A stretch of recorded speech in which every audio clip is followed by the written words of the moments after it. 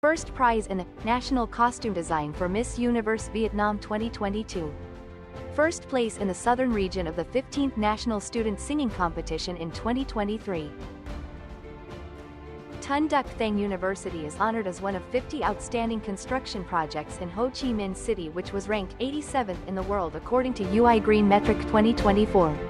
Since 2016, the university has been awarded the certificate of Environmentally Friendly School Campus by Vietnam Federation of UNESCO Associations in recognition of the university's contributions to the formation and development of a green educational environment with a fresh and airy learning atmosphere in the busy urban area of Ho Chi Minh City and in Vietnam in general.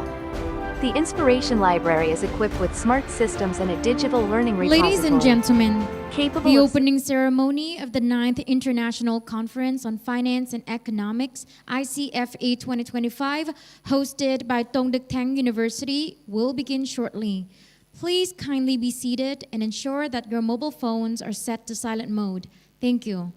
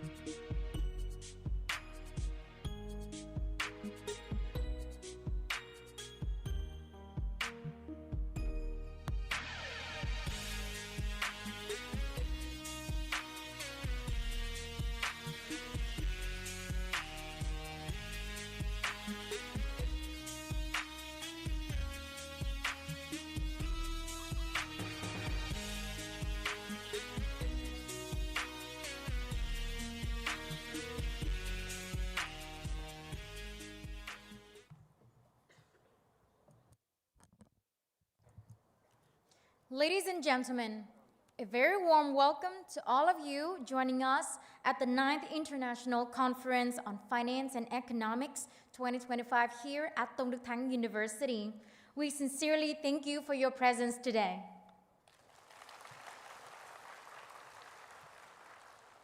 Thank you.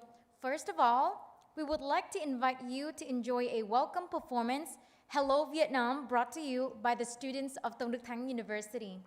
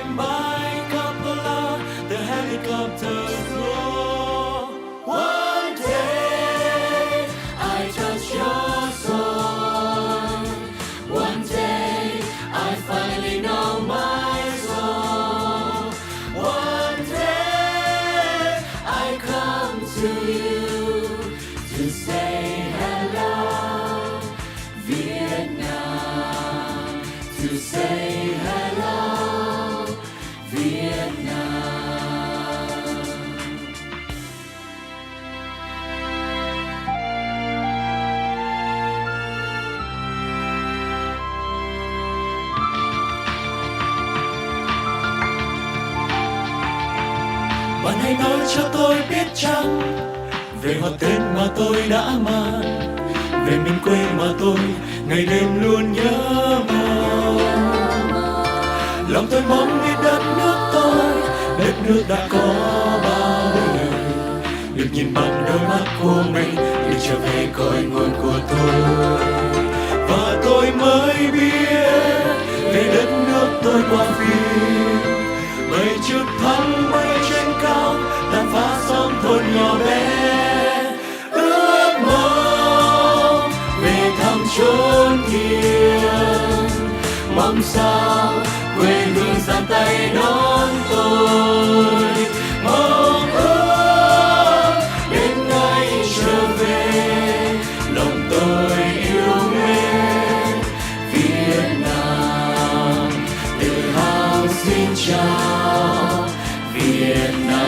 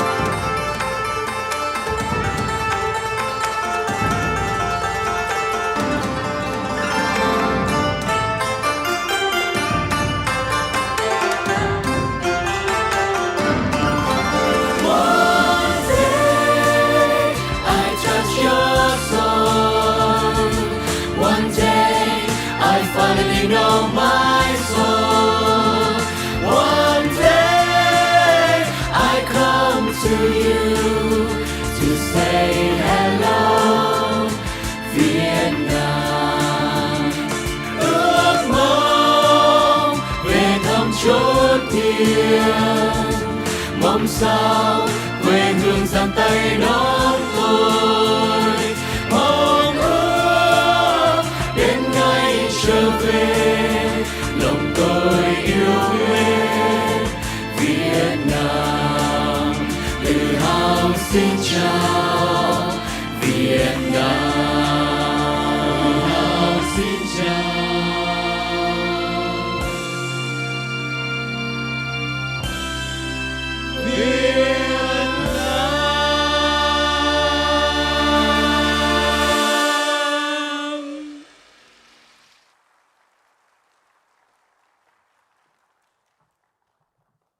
Thank you to our amazing students for such a beautiful and meaningful performance.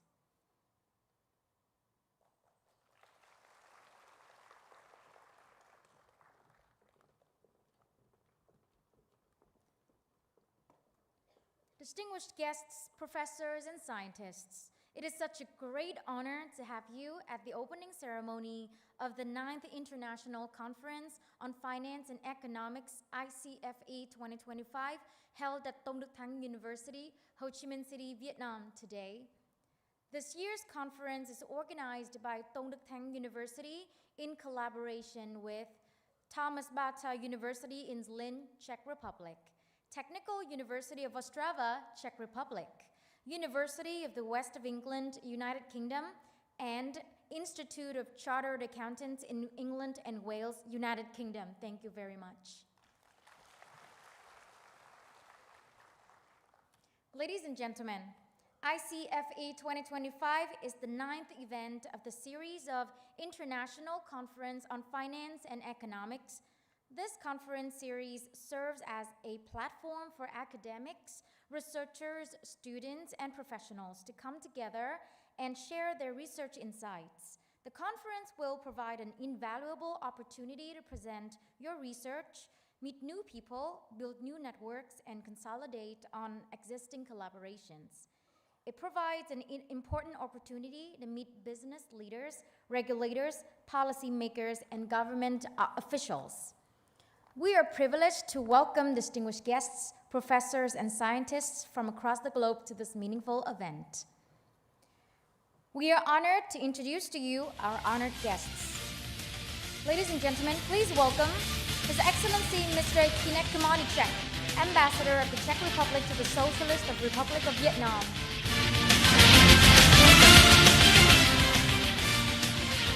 Please welcome Dr. Duc Thang, Vice Chairman and General Secretary of the Vietnam Association of Certified Public Accountants. To represent the conference organizing committee, we are honored to introduce to you the chair and co-chairs of the conference. Please welcome Associate Professor 𝐓𝐃𝐓𝐔, Thomas Bata University in Zlín, Czech Republic. Please welcome Associate Professor Lê Thị Mỹ Hạnh, Dean of the Faculty of Accounting, Duc Thang University, Vietnam. Please welcome Associate Professor Phạm Thị Minh Lý, Dean of the Faculty of Business Administration, Duc Thang University, Vietnam. And please welcome Associate Professor Duc Đăng Khoa, Faculty of Finance and Banking, Duc Thang University, Vietnam.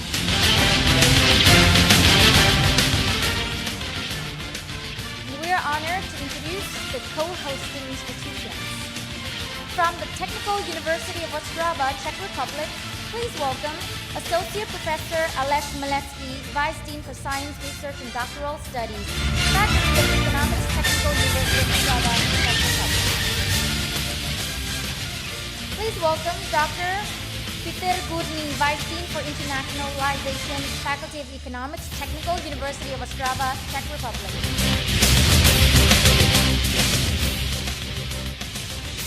From Thomas Bata University in Zlín, Czech Republic, please welcome Dr. 𝐓𝐃𝐓𝐔, Vice Dean for International Relations, Faculty of Management and Economics, Thomas Bata University in Zlín, Czech Republic. From Institute of Chartered Accountants in England and Wales, ICAEW, please welcome Mrs. Đặng Thị Mai Trang, Head of ICAEW Vietnam. Please welcome Mr. Ian Lytle, Senior Member of ICAEW, former Chairman of PwC Vietnam.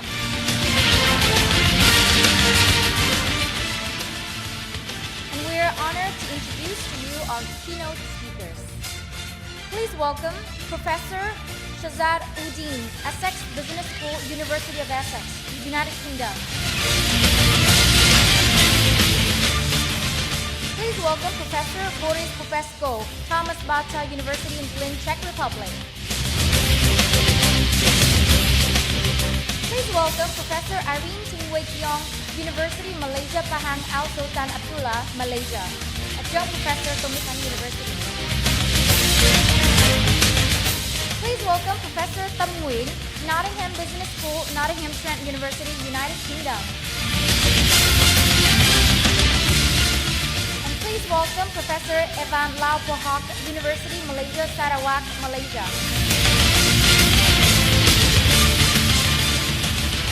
And from Duc Thang University, we respectfully introduce to you Dr. 𝐓𝐃𝐓𝐔, Vice President of Duc Thang University.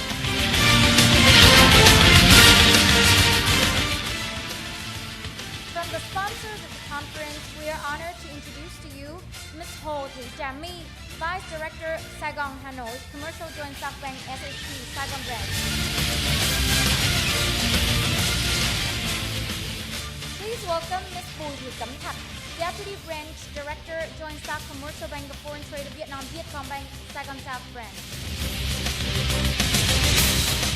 Please welcome Mr. Lê Hồng Minh, Deputy General Director, MSA Alliance, LLC. And Ms. Lê Thị Trúc Phương, Academic Director, Khoa English Center and Smart Learn.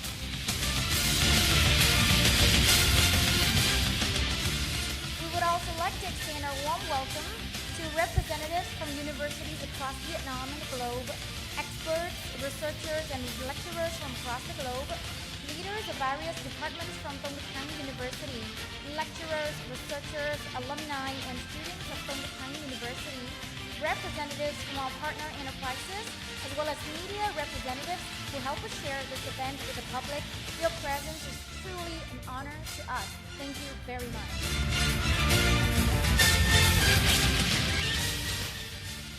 Ladies and gentlemen, to commence the conference, we respectfully invite Dr. 𝐓𝐃𝐓𝐔, Vice President of Duc Thang University, to deliver the welcome speech.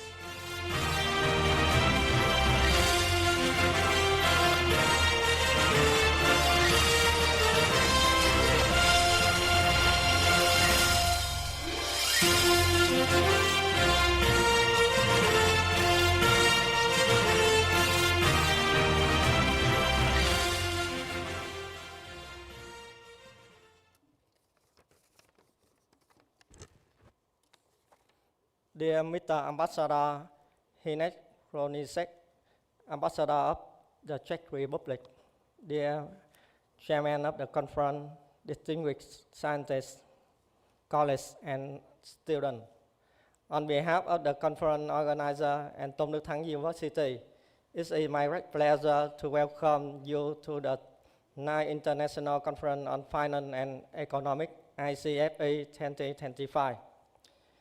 This event serves as a forum for scholars and researchers worldwide to share their findings, experience, and discussion in various areas of business and economics, with a special emphasis on innovation and interdisciplinary collaboration. This year marked the 9th edition of Icfe, hosted by Duc Thang University in partnership with research institutions in Vietnam, Asia, and Europe. Icfe has attracted a remarkable number of submissions from over 20 universities and institutions from the Czech Republic, United Kingdom, Japan, Taiwan, Thailand, India, Malaysia, Indonesia, and Vietnam. Such diverse participation not only reflects the academic research and quality of the conference, but also demonstrate the trust in Duc Thang University professionalism, hospitality, and organizational excellence. I would like to take this opportunity to express my sincere gratitude to our esteemed partner, Thomas Bata University in Sling from Czech Republic, Technical University of Ostrava from Czech Republic, University of West of England from United Kingdom, and Institute of Chartered Accountants in England and Wales from United Kingdom, for their strong support and collaboration. Special thanks are also extended to the conference chair, Rosa Michael Bilic, along with the dedicated co-chair, reviewer, keynote speaker, contributing other participants and supporting staff for their invaluable support in organizing this event. In particular, I acknowledge the outstanding effort of the Faculty of Accounting, whose leadership, faculty members, and staff have worked tirelessly to ensure the success of the conference.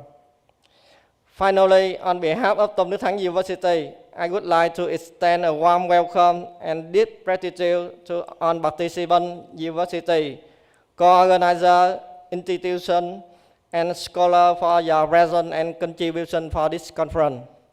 I hope you find the conference engaging, collaborative, and rewarding. Thank you very much.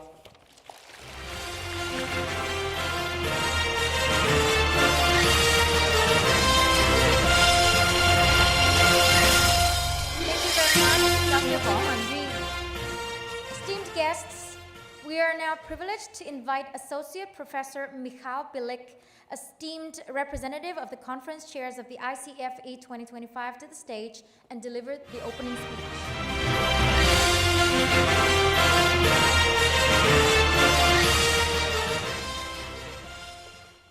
Dear Mr. Vice President, dear Mr. Ambassador, dear deans, vice deans, professors, keynote speakers, students, friends, and everybody who are here today.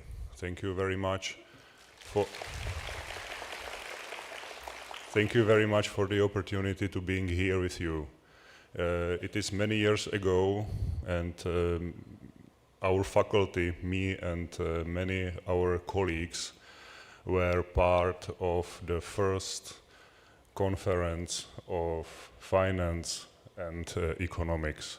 And it is really more than 9 years, and we are visiting here such a beautiful city, Ho Chi Minh, such a beautiful university, and every time we come back, we can see such a big and such a very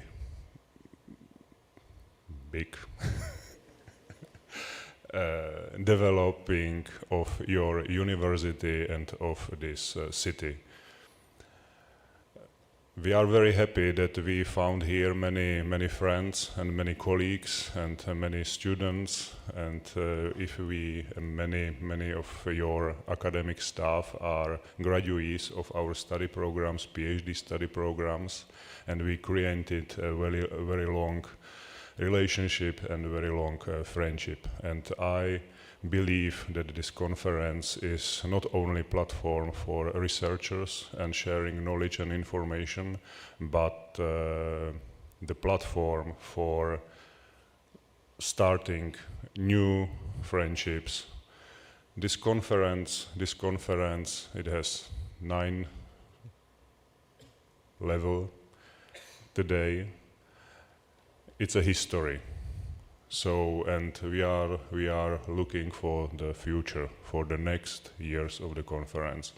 So please enjoy this conference at this university, in this beautiful city, and have a nice day. Thank you very much.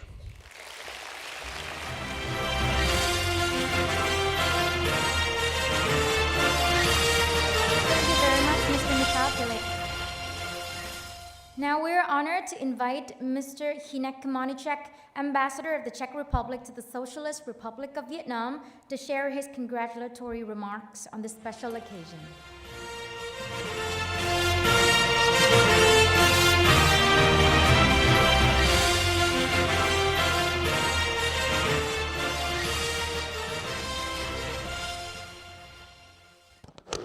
Good morning, ladies and gentlemen. I am the Czech ambassador to Vietnam, and thanks a lot for Duc Thang University to invite me for the second time for this conference.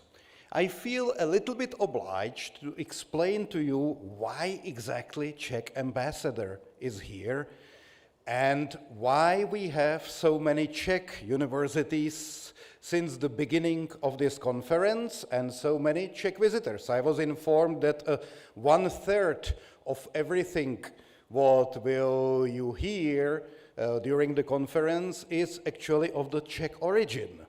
Well, let me put it frankly, it doesn't make sense.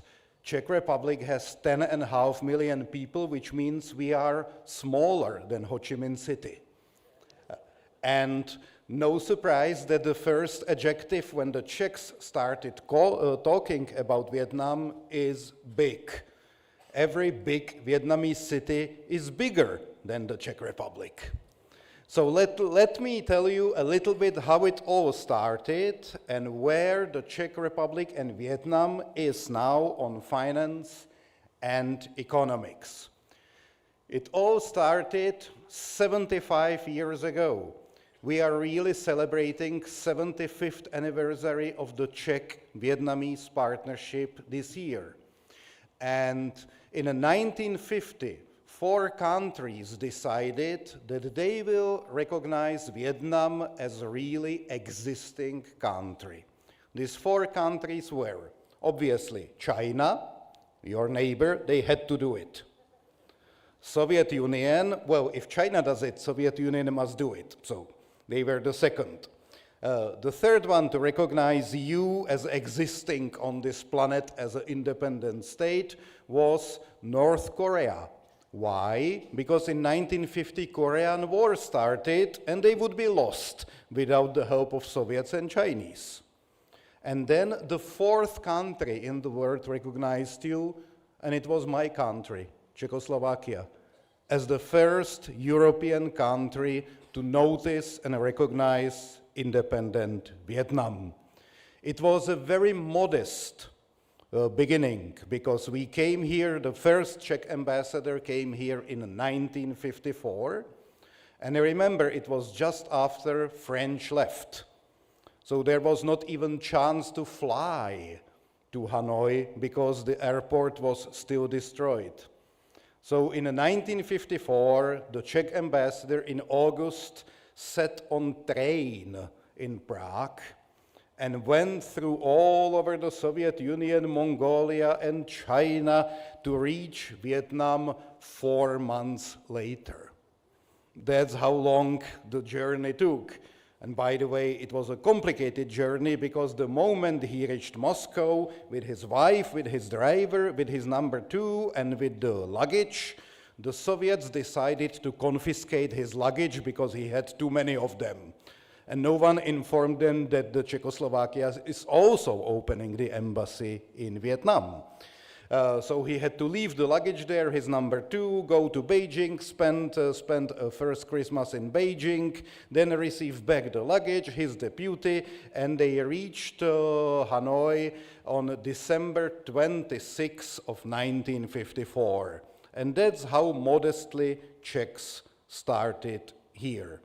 Over the years, it developed to an improbable partnership, which nobody would have bet on it in the beginning. Vietnam was far away, we were the only Europeans here, and yet, if you look at it now, the Czech Republic has 2% of our people of Vietnamese origin.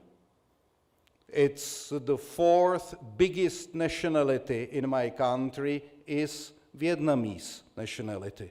After obviously the Czechs, Ukrainians, Slovaks, come Vietnamese. Our business with Vietnam is today $4.5 billion a year. To comparison, it's more than twice of the volume we do with India.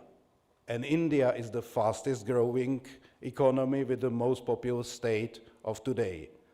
So it shows to you that this modest beginning of the Czech-Vietnamese partnership really flourished.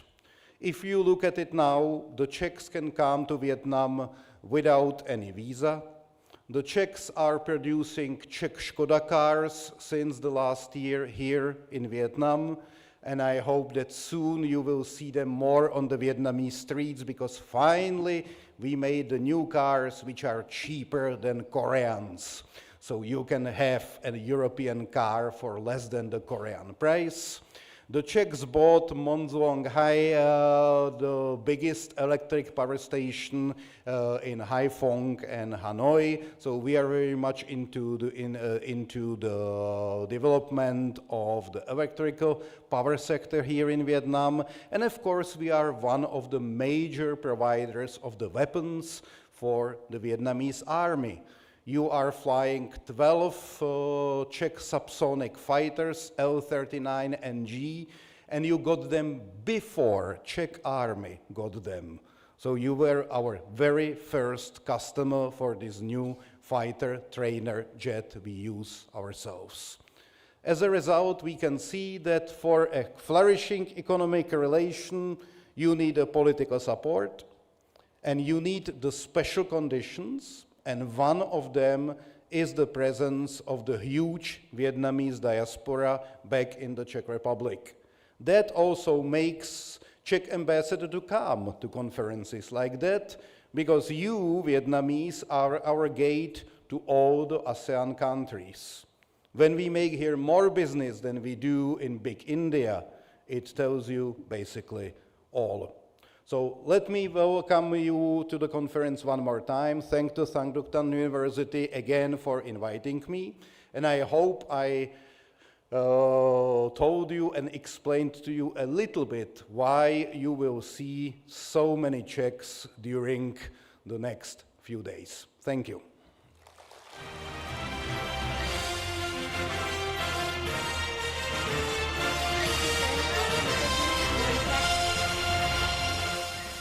Esteemed guests, to express our gratitude, we would like to invite our honored guests to the stage and receive the commemorative awards from the organizers. First of all, we respectfully invite the representative of the conference chairs and the representatives of the co-host institutions. We would like to invite to the stage Associate Professor Michal Pilik, Thomas Bata University in Zlín, Czech Republic, Conference Chair. We would like to invite to the stage Associate Professor Aleš Malecký, Vice Dean for Science, Research and Doctoral Studies, Faculty of Economics, Technical University of Ostrava, Czech Republic. We would like to invite Ms. Đặng Thị Mai Trang, Head of ICAEW Vietnam, and we kindly invite Dr. Võ Hoàng Duy, Vice President of Duc Thang University, to the stage and present the commemorative awards.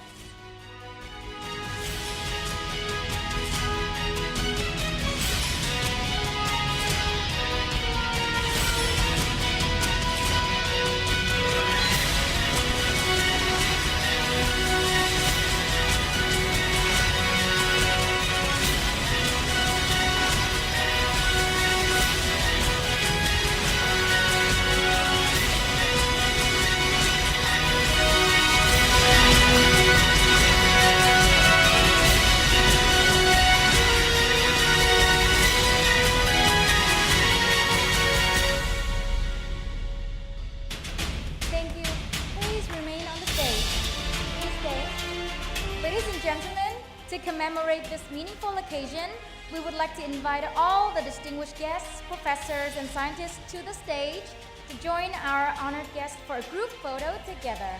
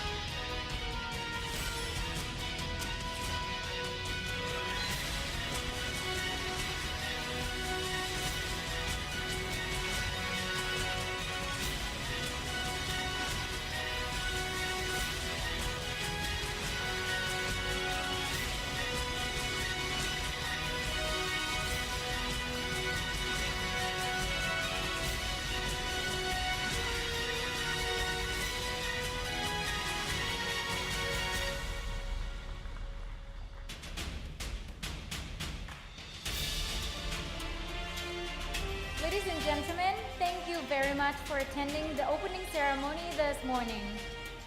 And now we would like to invite you to enjoy a tea break. The refreshment area is arranged at Hall AB on the second floor, accessible through the right-hand exit. The program will resume with the keynote session in 15 minutes at 9.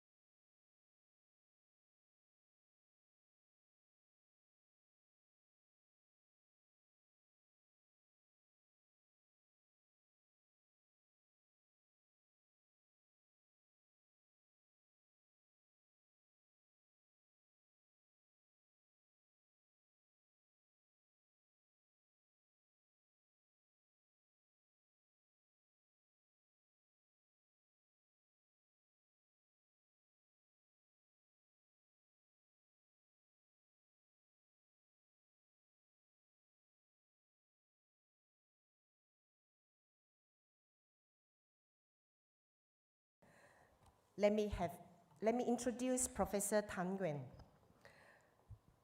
Professor Thang Nguyen is a professor of accounting and finance at Nottingham Business School, Nottingham Trent University, United Kingdom.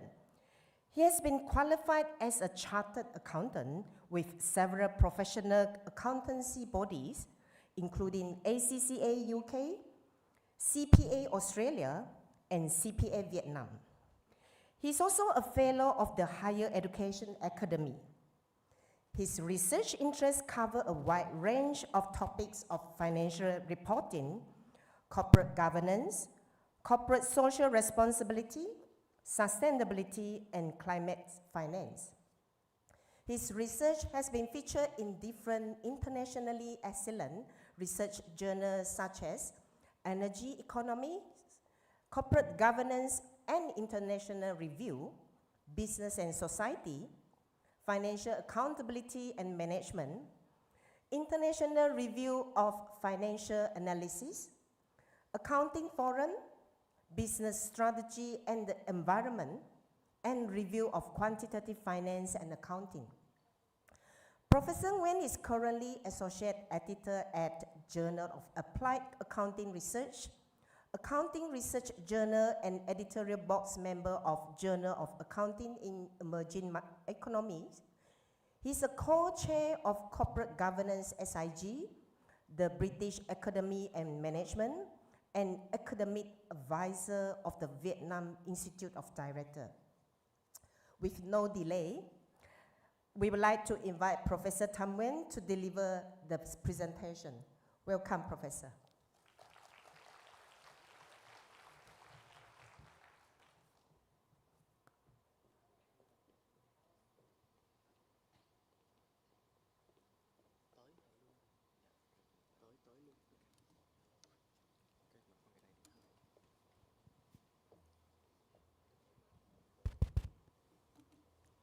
Good morning, everyone.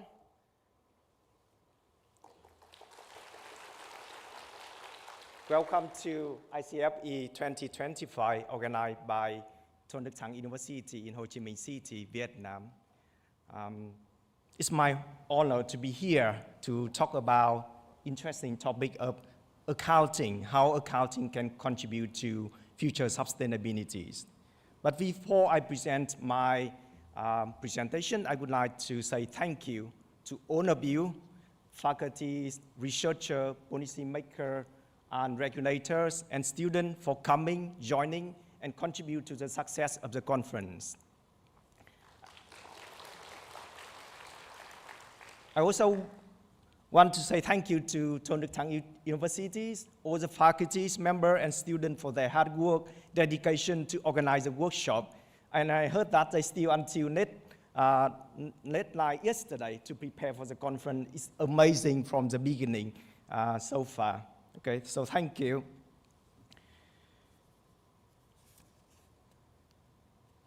This is my agenda of my presentation. I would like to mention a little bit how accounting has changed over time.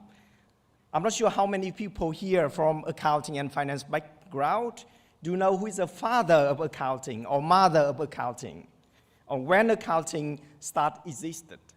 Okay. And then I will talk about how accounting can contribute to the future sustainability from both practice and research perspective. I prepared a presentation for 1 hour, but actually I only have 20 minutes, so I had to skip some time, some slide.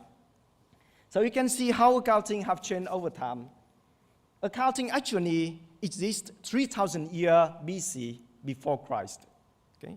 And at that time, people used the clay tablet to record the transaction, record the grain and the trading activities.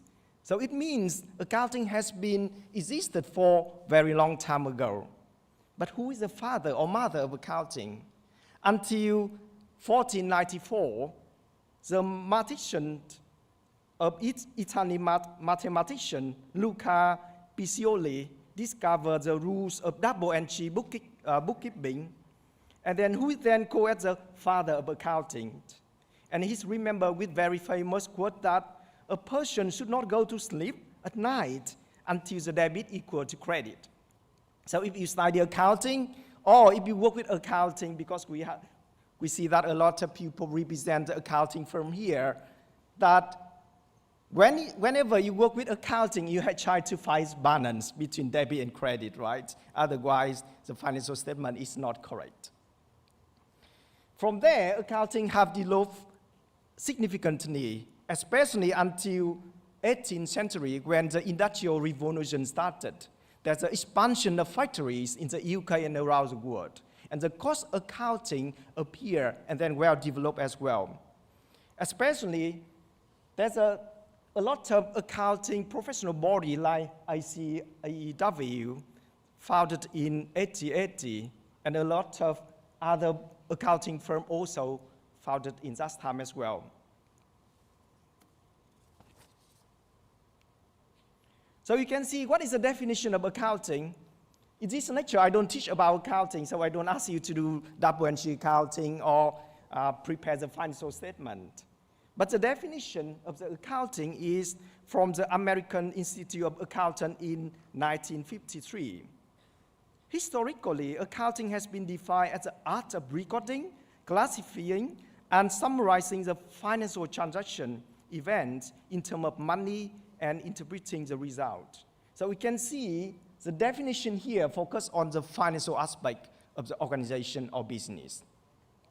I emphasize on the red one, financial, so you can see how it's different later on when accounting focuses more on sustainability. However, you can see that with the well-development of technologies, climate change, and globalization, accountant is not the bookkeeper anymore. The accountant should be the advisor for organization, for the business.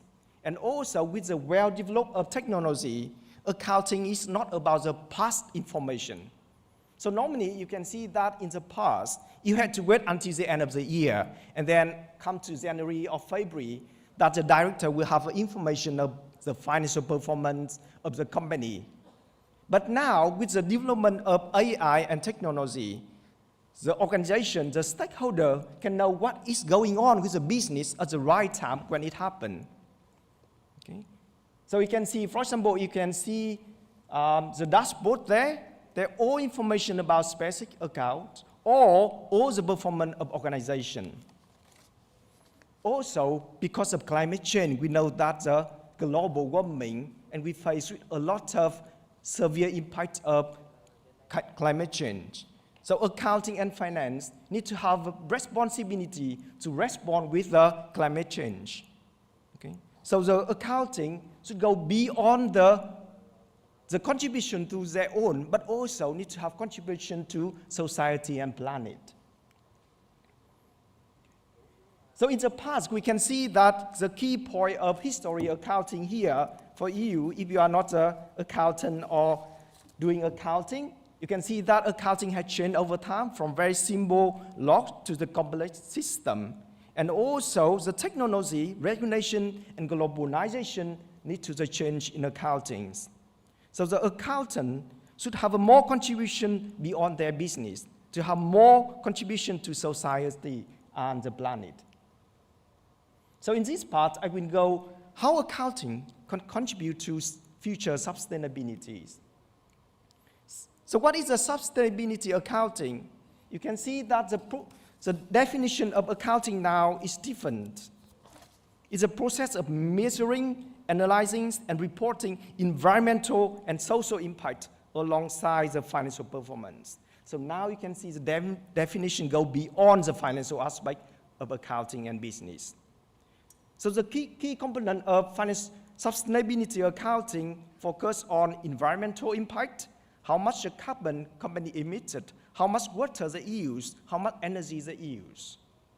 About the social contribution, the social responsibilities with their employee, with community and societies, and also with the governance practice, where the organization is managed by ethical board of directors and mechanism to ensure that the benefits for all the stakeholders rather than focus on the shareholder. So we can have a quick comparison of traditional accounting and sustainability accounting here. For example, if we see the focus of traditional accounting, the focus on the financial aspect of the company. But with sustainability, it covers triple bottom line, including the people, planet, and profit as well. And also, in terms of the user, traditional accounting mainly focus on their shareholder and owner business. But sustainability accounting is for wider stakeholders, including their shareholder, but also the employees, the customer, the government, the community as well. And in terms of the time horizon, people said that traditional accounting focus on the short-term and historical information, but sustainability accounting focus on future and the long-term impact to organizations and societies. So there are a lot of framework to guide sustainability. So it different with traditional accounting. Mainly the company must follow the accounting standard, for example, IFRS. But for sustainability accounting, there are a lot of voluntary regulation, framework, guidelines for organizations to adopt, whether they can choose global reporting initiative or whether they can follow the task force on climate-related financial disclosures. Nowadays, you can see that even though sustainability accounting is still voluntary and the framework is not compulsory, but in many countries, in many contexts, they try to make it compulsory to encourage the company not only report on profit performance, but also on sustainability performance of the organization. I want to talk about why sustainability is important for accounting. I'm not sure whether we can click on the website here. If you can click on the website, we can see that this one shows how much the carbon emission every day around the world.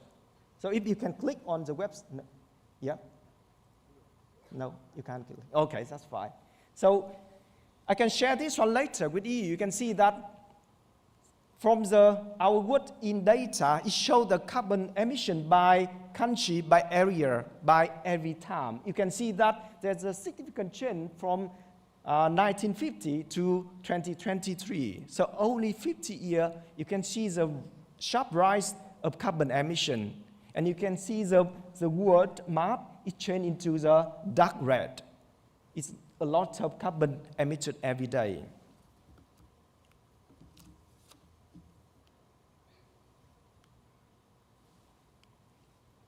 Okay, so this one is where is the carbon from?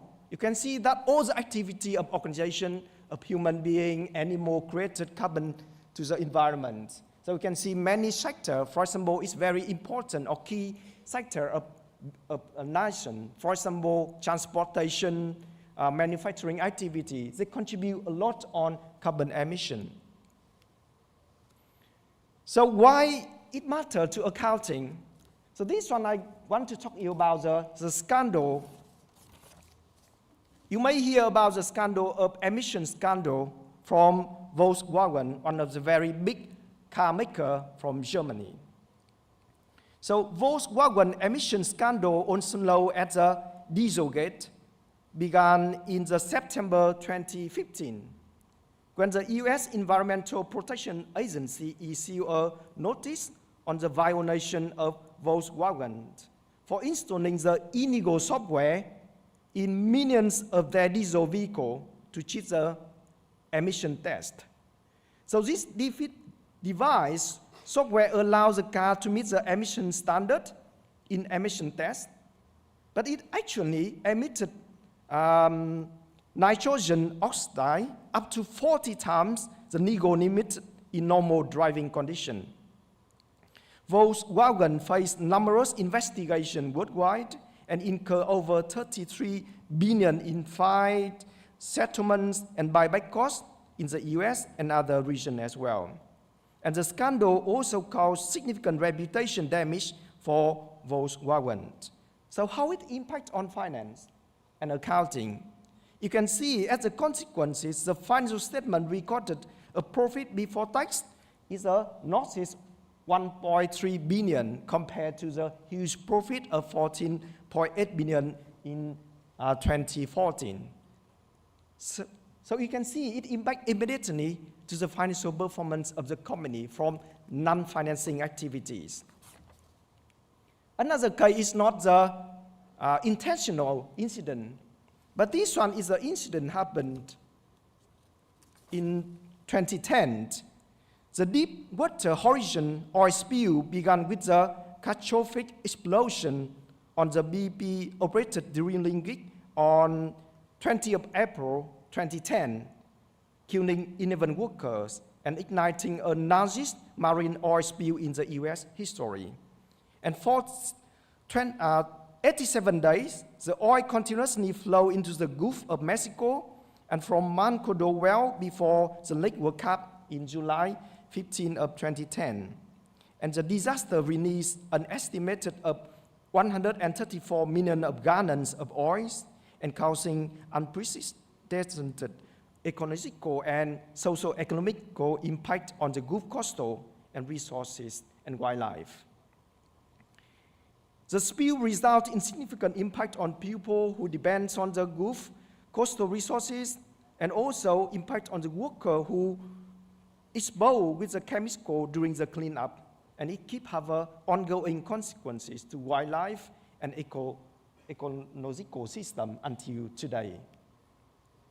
And you can see it also impact on the financial performance of the company as a consequences. So the company had to pay 10 billion in fine and compensation, and including a record setting of 20.8 billion settlement in the US government and several Gulf states. And as a consequence, you can see the profit before tax in 2010 is a minus 4.8 billion compared to the huge profit of 25.1 billion in 2009. So from the case of Volkswagen and BP, we can see that the ESG risk for environmental, social, and governance risk not only has a direct impact on company financial performance, but also have significant impact on society and planet, including the wildlife ecological system. Therefore, many research have been done, and they found that ESG integration have to build a better capital market, a more sustainable and resilient society, which meets the requirement and expectation from various stakeholders.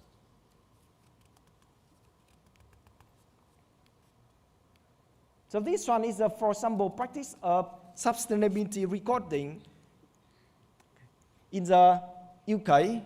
If you live in the UK, Tesco is a very big supermarket. And you can see the look at on the annual report of Tesco in 2003 and 2023. Just see the extent of the annual report, 2003, 55 pages.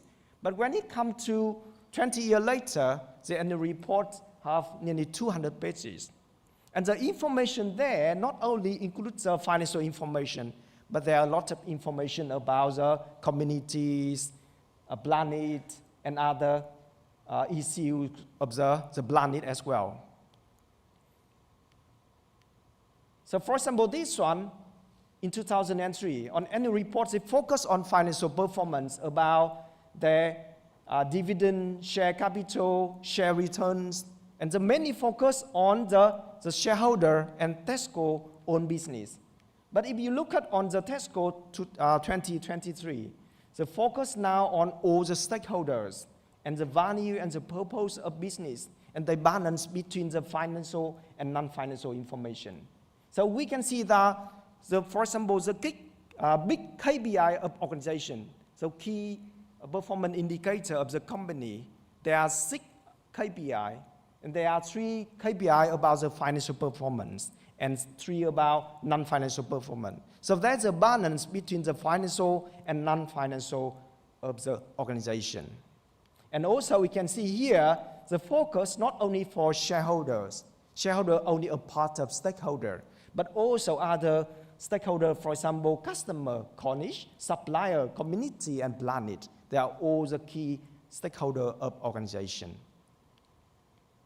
And another example of annual sustainability report in public sector, and this one from Nottinghamshire University. They have a lot of achievement in terms of non-financial aspect. So for example, Nottinghamshire is the second in the UI Green Matrix World, and in terms of the sustainability ranking in 2024, or even there's a ranking in terms of how it impacts on the hedgehog. So Nottinghamshire got the Platinum Hedgehog Friendly Campus awarded in 2024. It's very friendly campus for the wildlife animal. So what is the role of accountant? How accountant can contribute to sustainability? So we can see that so far, accounting have very traditional roles of collecting the data. But now the contribution here for the data collection, but also for verify the information, especially for non-financial information. Okay, I have 2 minutes left, sorry. So accountant can help to verify the reliabilities and the accuracy of information, but also contribute to risk assessment, especially risk related to climate change and ESG risk. We can know that with the development of AI and technology, it can help to contribute to the accounting sustainability. For example, you can see that AI and automation can collect the information and do the data analysis immediately. And also, for example, the blockchain, it enhances the transparency and traceability of the reporting. So whenever the transaction recorded on blockchain, it will be able to verify the originality of the information. And also, we can see that in the past, there's an accounting software, but now there can be more accounting software as well. So what is the research in sustainability? There are a lot of research to explore the impact of different aspects of organization and its relationship and its impact on ESG of organization. For example, study focus on corporate governance and ESG, or the determinants, the factor impact on ESG performance and reporting, or about the climate change and ESG risk as well. So this one, for example, the study in corporate governance and sustainability. You can see that the board of directors, if you do the research on corporate governance, there are a lot of areas for you to explore how corporate governance can contribute to the development of sustainability accounting. For example, the impact of both gender diversity, the impact of ownership structure, and other corporate governance mechanism as well. So this one, you can see, this one is one of the literature review. It's covered quite a lot on the theory applied in corporate governance and ESG, and the factors that explore how it impacts on sustainability reporting.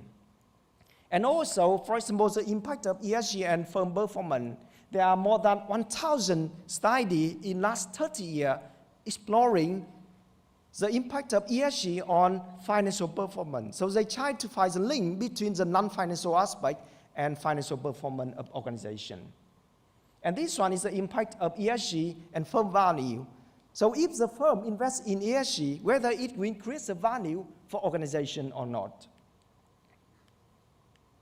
So there are a lot of studies in different aspects of the ESG and firm characteristics, for example, for the board of directors, or for ownership, or for the governance structure of organization as well. So one of the research I want to show you here is one of our research exploring the impact of environmental innovation, how it impacts on the compensation of the board of management. Where the company, they decide for the payment level for executives just based on the financial performance, or they also based on the non-financial performance, for example, the investment in environmental innovation. And we see that there's an impact between the compensation and the environmental innovation level. So the company will pay more for the executive when the company performs better in terms of environmental innovation. This to demonstrate the importance of environmental innovation of organization. Or whether investment in carbon recording and presenting, whether it helps the company to reduce the cost of capital. One of our studies, we see that if the company disclose more information in terms of carbon emission, it could help the company to reduce the cost of capital. It means the fund provider, they are happy with the company and they evaluate, they recognize your performance in terms of the non-financial aspect. So this one is a potential future for the research into the sustainability accounting. If any of you want to look into this one, we can see that there are lots of aspects we can explore in ESG performance and reporting in different ESG measurement. Because many people, they say that ESG, many companies, they may go for greenwashing activities. So how we can ensure the reliability of the data we collect. And also different methods we can use to explore ESG, especially with the development of AI. That's a very potential research area for us to look into how AI can enhance and improve the ESG practice and reporting as well. So this one is some example of some review paper. If you are interested, you can look into this one. It will help to save a lot of time from your reading. Okay, that's the end of my presentation. Thank you, everyone, and all the questions are welcome. Thank you.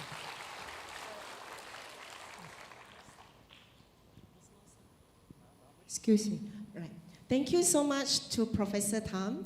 All right, so I would like to invite Prof to be in the middle of the Q&A session. Right, okay. Yeah, Prof, I am very impressed by all the things that you have done here. So one thing that I found is very interesting is something to do with the top management compensation. So since we have so many of us here are coming from big company, so what do you think how this actually top management compensation can really link to the firm sustainability? Yeah. Thank you, Professor, for the interesting question. So I think in the past, when the companies, they decide the payment level for executive, normally they can based on the financial aspect, for example, based on return on assets, return on equities, or profit level. But now, because that's only for the shareholder of the company, but how about other stakeholders? They are interested in organization. So the company need to find another metrics or measurement to capture the interest of other stakeholders. That's why they use the non-financial metrics, especially, for example, in terms of sustainability. And one of our study about innovation in environmental activity, that what is the environmental innovation? That's the investment of the company on the activity to reduce the pollution, reduce the impact on environment.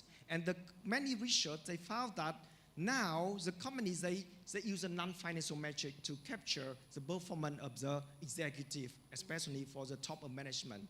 So besides the financial, I don't have time to show you, but for example, Tesco, one of the very big supermarket in the UK, in the annual report, they show how much is the salary linked with the financial performance and how much is linked with the non-financial performance. For example, in terms of carbon emission, the company needs to reduce certain amount of carbon emission. So in that case, the chief executive will meet the criteria to get a full bonus, for example.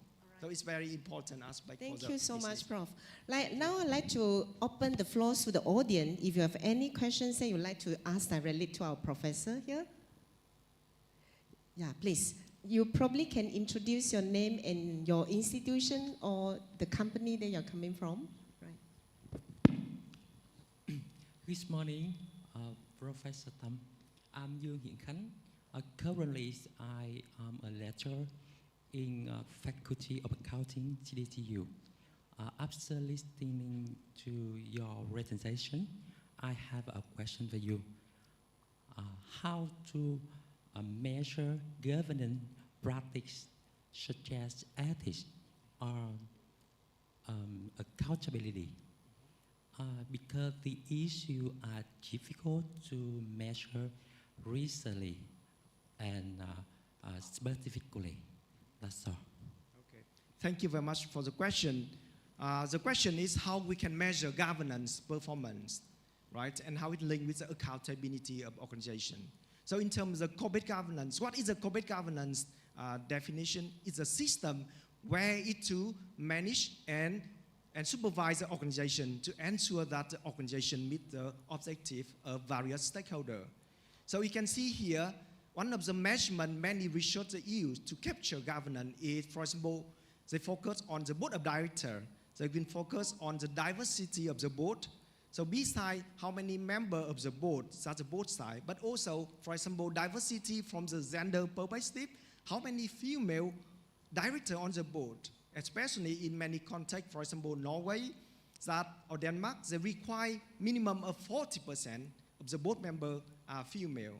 But in other countries, for example, in Vietnam and another emerging market, there's no specific requirement in terms of the female participation on the board.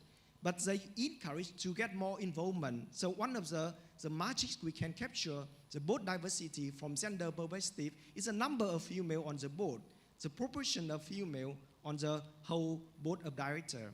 Or another diversity, for example, diversity in terms of qualification, in terms of the age, in terms of experience. To see that the board of directors, they say that if the board is more diverse, they can bring more benefit to organization. Right? For example, the combination of high-skill director with the junior colleagues is not only to provide the training for the junior, but also to bring the advantage of younger people on the board as well. Okay? So there are different types of measurement on the governance aspect. I hope I answered your question. Thank you for your question. Right, thank you. Any more questions from the floor? Oh, one more question here. Yeah, hope to introduce your name and the institution or company. Hello. Good morning, actually. My name is Andistia Budi from Thăng University, Surabaya, Indonesia. So welcome in this Vietnam beautiful. I have a question for you, Professor Thang Nguyen. In most academic studies, ESG scores are commonly used as a proxy to demonstrate how well a company performs in the terms of environmental, social, and governance dimensions. However, you mentioned also there is a growing concern that these scores may not always capture the true substance of the corporate sustainability practice. Instead, risks being employed as a tool for greenwashing. With this in mind, my question is, how can we ensure that ESG scores genuinely reflect corporate sustainability performance rather than serving as a tool for greenwashing? Thank you so much. Okay, thank you very much for the question. A very tough question, how we as a researcher can ensure that the ESG reflects the performance of organization. So one of the things is about reliability of the data. For example, if our research based on the secondary data, our researcher will just based on the information provided by organization. So if the information is reliable, our result will be more reliable, right? So you can see one of the things that many countries they have done so far to enhance the reliability of information is the information is verified by a third party. So you can see many auditing firms, they provide a sustainability assurance service. So when the company reports the information on environmental, social, governance performance, it will be verified by a third party. For example, auditing firm, they have experience and skill, they can verify the information reported by organization. Another aspect, if you do the qualitative study that you collect the primary data, it's better for the researcher to come to the business, observe, conduct the interview, and from your own observation, you can see how much the company has performed in terms of environmental, social, and governance aspect. So that is a two things based on whether you use a qualitative or quantitative study. I hope I answered your questions. Right. Yeah, thank you, Prof. Due to the time constraint, so any more questions? Probably I call for the last question from the audience. One from the back, very far at the back, so here, sorry. Yeah, sorry. My name is Min from MSA Alliance. I think that accounting-based and stock-based may be indifferent. So can you share with us some experience that the tax field in UK, for example? Oh, very good question in terms of tax aspect. I think, to be honest, I'm not an expert in tax area. So it's very hard for me to say how is the UK tax different from accounting. But tax is a part of accounting finance aspect. that the organizations, they need to pay attention. Because, for example, the company had to pay the environmental tax. So if the company have more emission to the environment, they need to pay higher tax as well. And also regarding the penalties, now in many countries, they have a limit of carbon emission. So if you go beyond the limit, you will get the penalty. Or another one is about carbon trading scheme that many countries, and especially Vietnam, they are looking into to adopt the carbon trading scheme that to encourage the company to reduce the carbon emission. But for the tax purpose, I think I need to discuss further into how the tax can impact on this one. But in many countries, they have a tax incentive for the company based on the carbon performance. Yeah. So if you perform well in terms of carbon emission, you will get the lower tax as well. Yeah. Thank you. Okay. Yeah. Thank you so much. Thank you. Thank you. Once again, let's give a big applause to Professor Thang. And thank you, everyone. Thanks again, Prof. Yeah, thank you.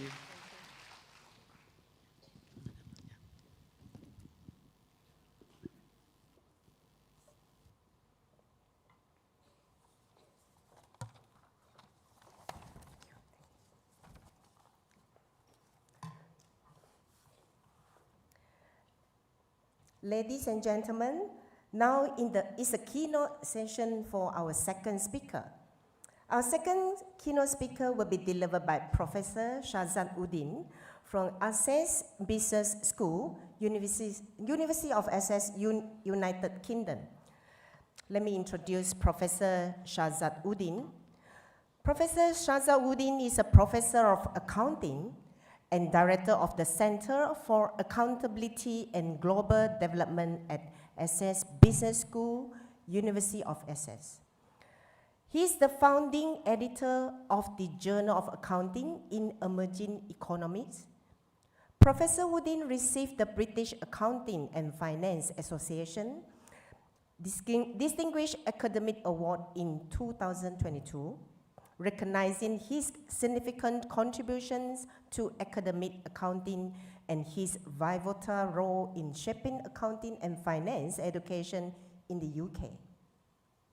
He was conferred as a Fellow of the Academy of Social Science, acknowledging his impactful contributions to the field in 2024. His scholarly contributions has been recognized by the British Sociological Association and the Labor and Employment Relations Association in the US.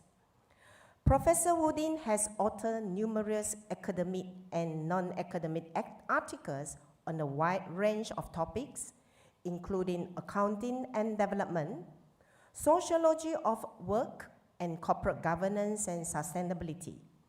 His research has been published in prestigious journals such as Accounting, Organizations and Society, Public Administration, Development and Change, Social Science and Medicine, Work, Employment and Society, and the Journal of Critical Realism.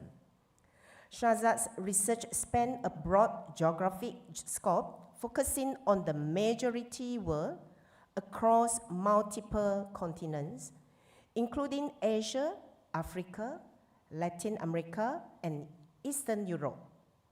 He has published extensively on countries such as Palestine, Pakistan, Japan, the Czech Republic, Sri Lanka, Indonesia, China, Ghana, and Uganda, along with other majority world countries.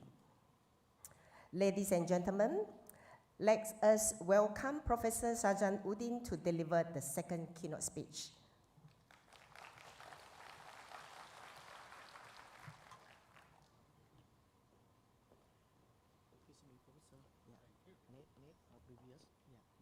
Next slide and previous slide. Yeah. Okay. Yeah, okay. Thank you. Previous. Yeah. Okay. Yeah. Yeah. Okay. Use your phone hand mic off. Okay. Okay. I just use that. Very good morning. I'm very pleased to be here, to be invited by Duc Thang University. I'm really impressed by Vietnamese hospitality. I've already put on, in 2 days, 2 kilos. And by the time we finish conferences, I'm not sure how many kilos I'm going to put on. So thank you for your hospitality, and thank you for inviting me. So my speech would be around politics of knowledge.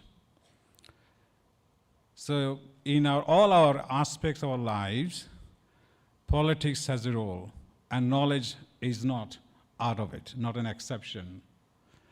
So today I'll be talking about accounting scholarship.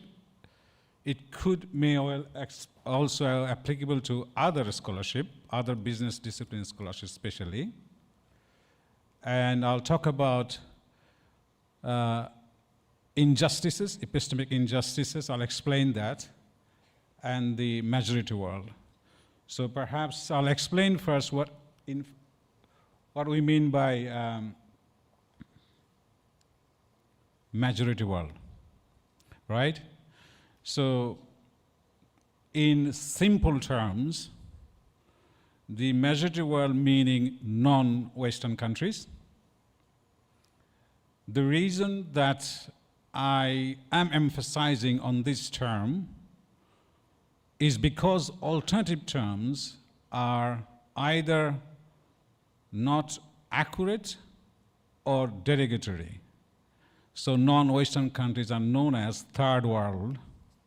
It's clearly very derogatory, everything is third class. But majority world, what actually says, majority of the population, in terms of population, in terms of geography, in terms of size, and in terms of economy, are in non-Western countries.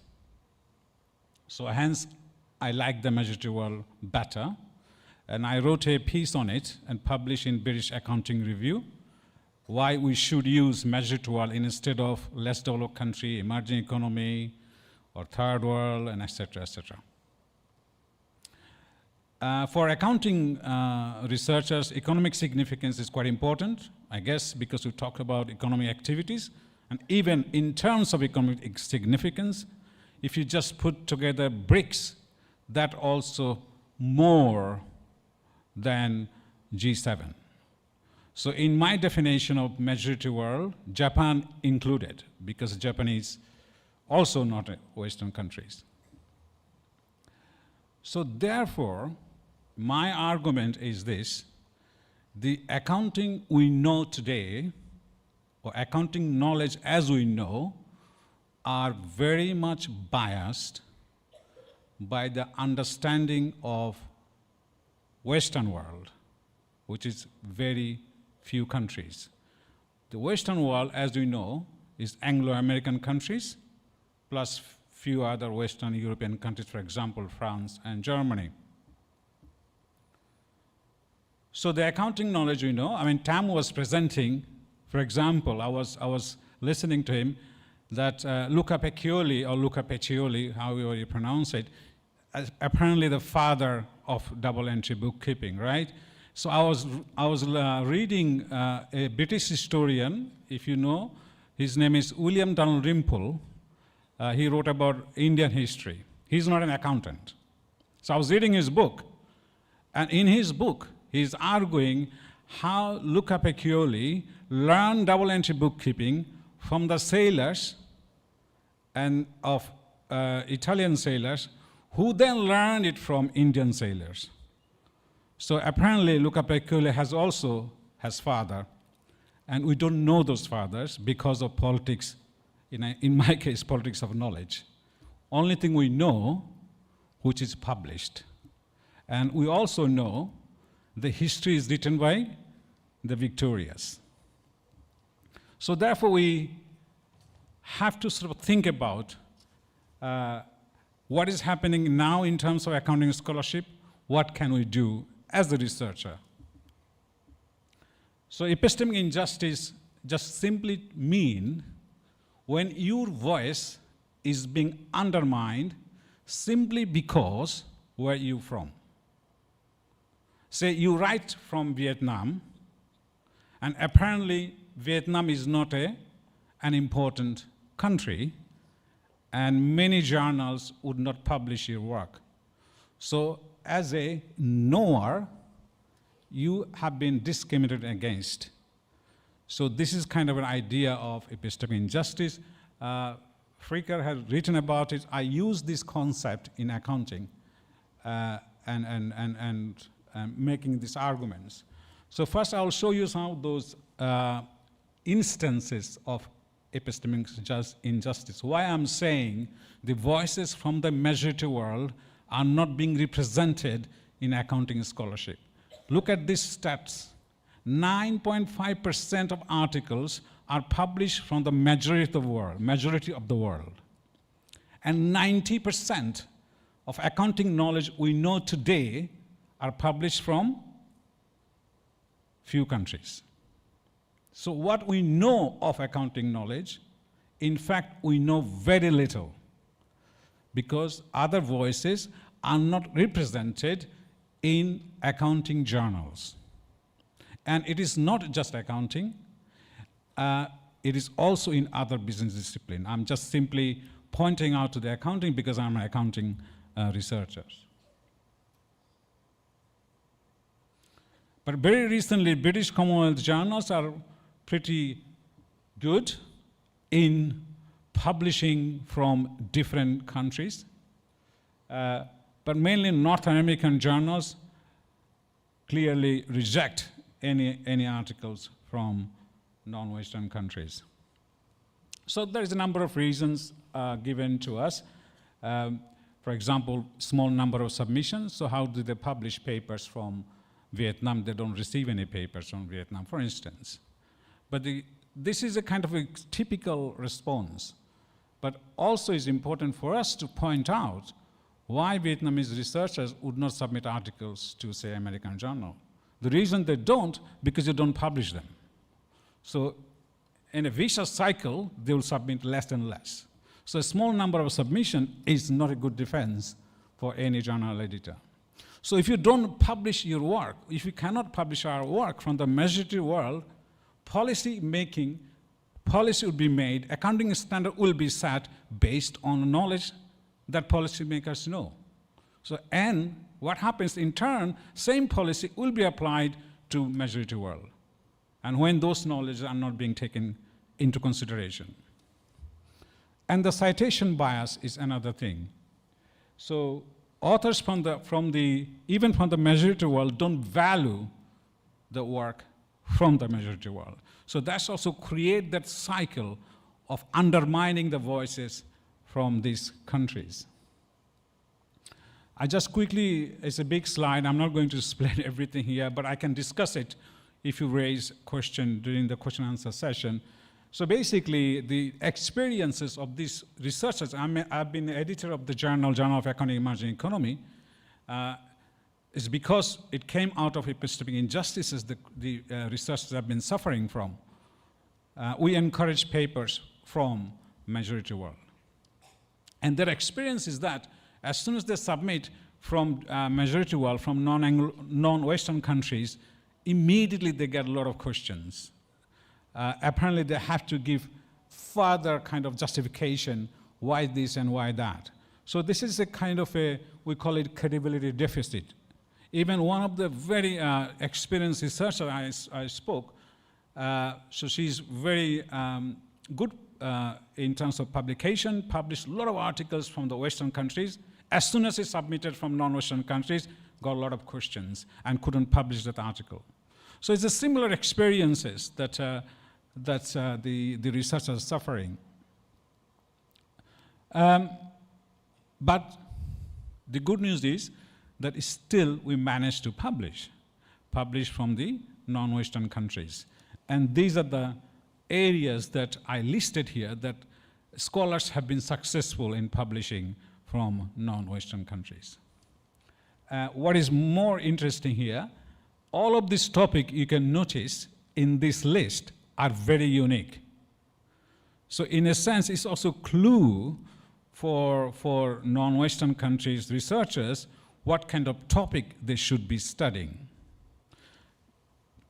have a look at this development of accountancy profession. This paper is the first published in 2000 and based on a very small country, Trinidad and Tobago.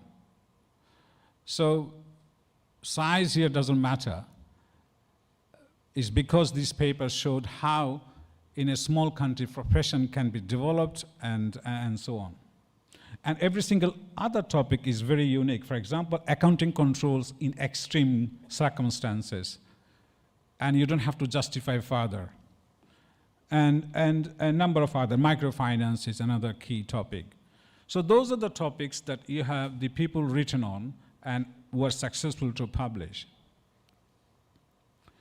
But what is the consequences of this epistemic injustice I'm talking about? The consequence is that we're missing out a lot of questions. We're missing out on important research questions, missing out on important areas of economic activities, missing out on rich concept, and so on and so forth.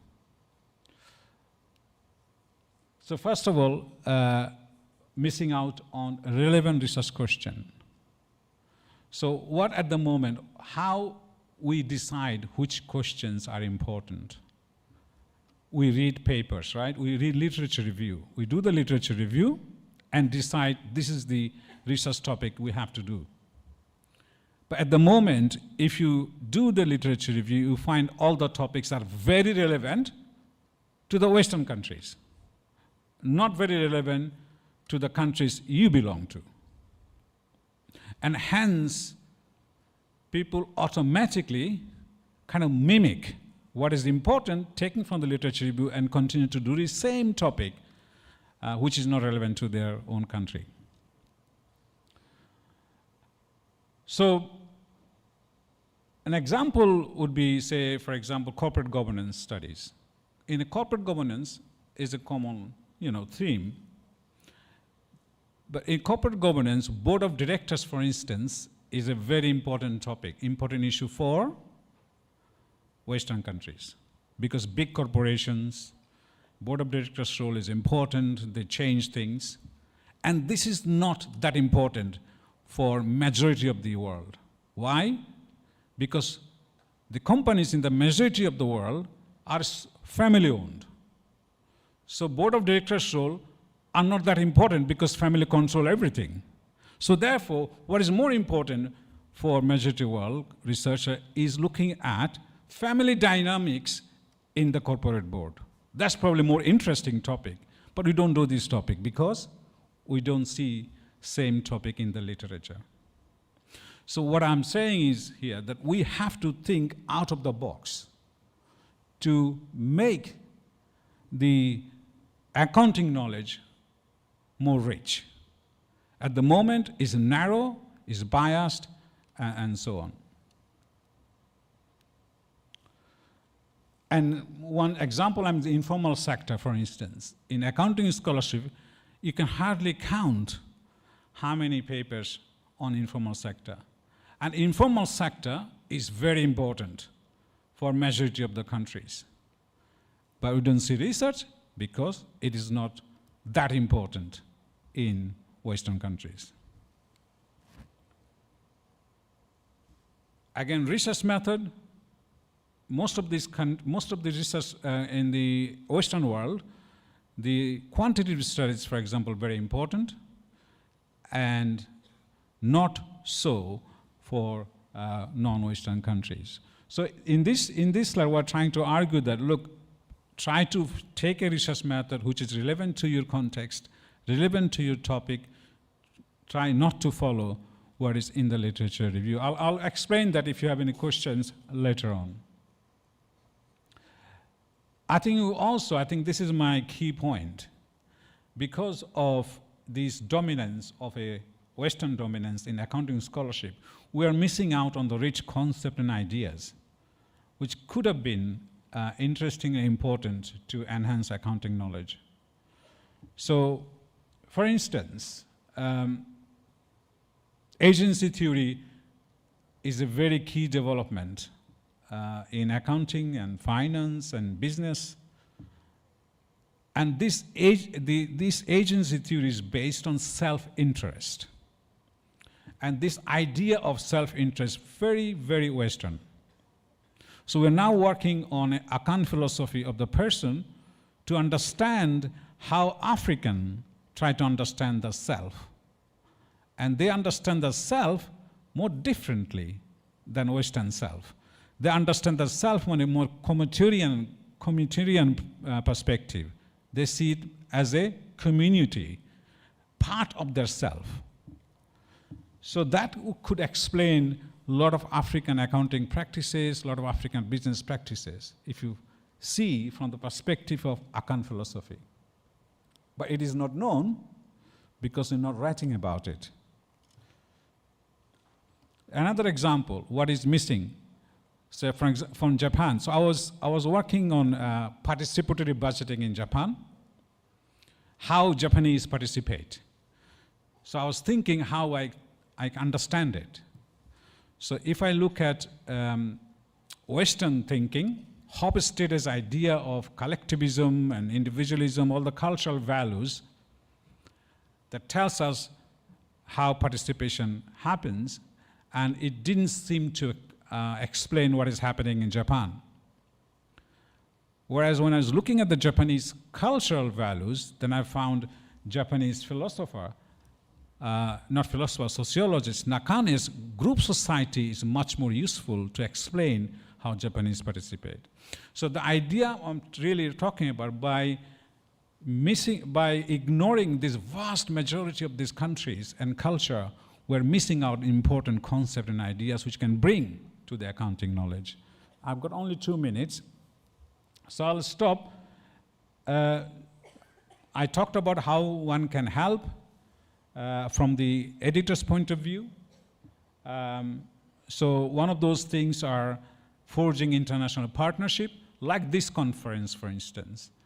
It's important to have this conversation going between Western researchers and non-Western researchers, and that will help to some extent.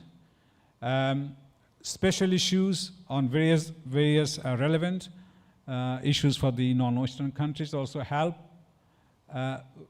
Roll up the ranking outlets, also useful if you do not rank high. If those journals do not publish from the majority world, they should not be calling themselves international journal, and they should be degraded, but it's difficult to see that happening. And some more accounting bodies, Western accounting bodies and local accounting bodies could forge a relationship, and that could be also useful. And finally, I would say that I'll encourage you guys to do counter-hegemonic research activities. Do something which is important to you. Do not do something which is important to the Western context. Do something which is important to your own context. And list here, and use those kind of list and connect with accounting, finance, or management, whatever businesses. For example, if you look at UN Sustainable Development Goals, so you can pick up any of these goals and connect with your own subject. So for example, gender equality and human rights or labor, that could connect with accounting or finance or management. So pick one of those goals and do research from your own perspective. And this, I think the key thing is to influence accounting knowledge, is to do something important to your country, and that is the key success, key entry point to publish in a top journal, and then you can influence the accounting discipline as a whole. And I showed you earlier the list of topics which got published. All of those topics are very unique, and hence they got published. So you also have a role, and I don't want to just always blame this, Western, but we also have a role as a researcher to do something interesting so that we can influence the discipline as a whole. Thank you very much.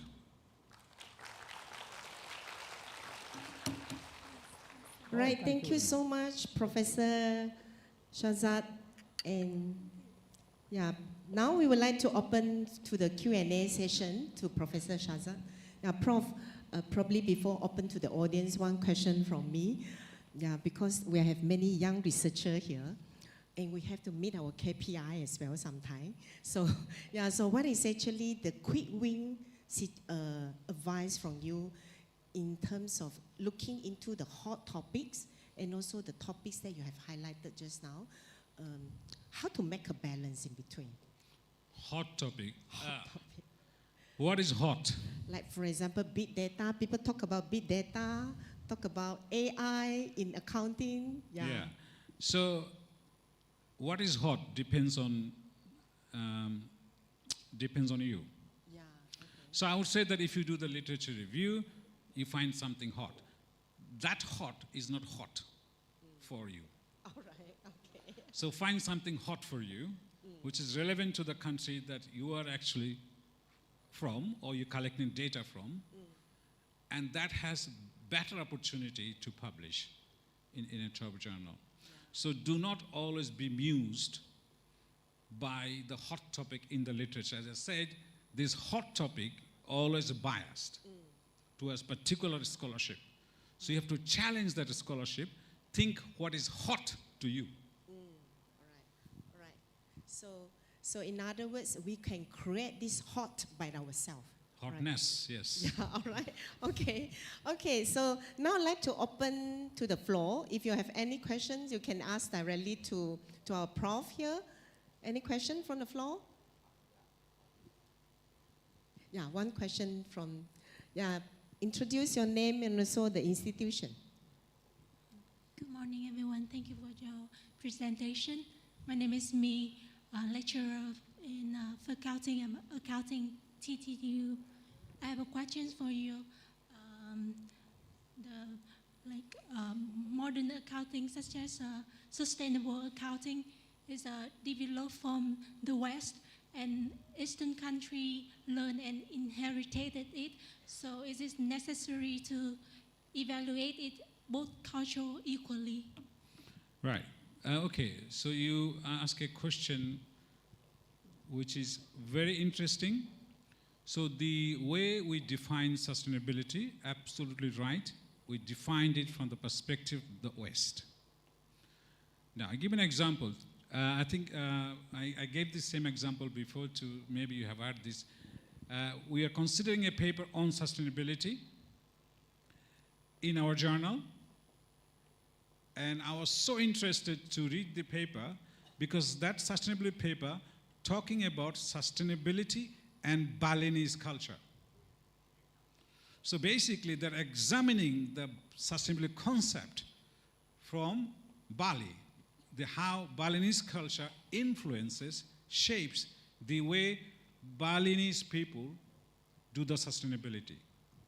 So what we can evaluate, as you said, look at your own practices and see the existing concept of sustainability capture the way that you do your own sustainability, which is locally rooted, very indigenous, and maybe very different. Maybe not different. Who knows? I don't know.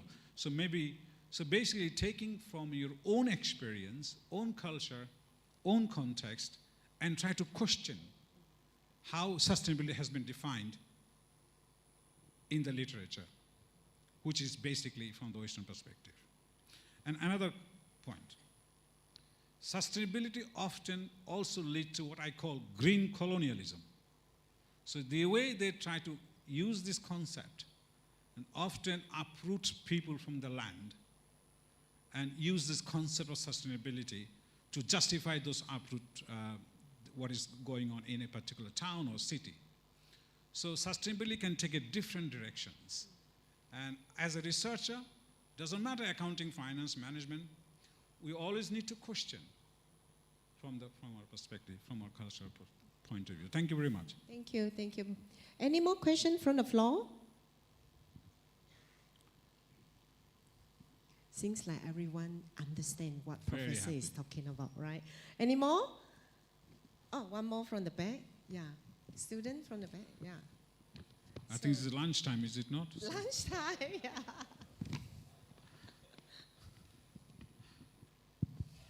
Good morning, everyone. First of all, thank you very much for your presentation, dear Professor Udin. And my name is Long. I'm a fourth-year accounting student. I would like to ask you a question In reality, are there any big differences in academic knowledge between the West and the East? That's my question. Thank you. I don't know what is East academic. I don't know between East and West or differences in academic knowledge.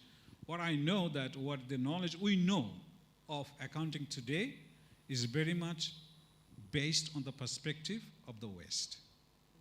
So same accounting scholarship, if you want to improve and enrich it, you have to do more. You have to write and let your voices heard in terms of publication in the top journal, and hopefully that will influence the accounting knowledge and improve or broaden the scope of accounting scholarship. Yes. Thank you. Thank you. Any more? All right, if there's no more question, please join me to thank Professor Shahzaudin once again for delivering such insightful presentation.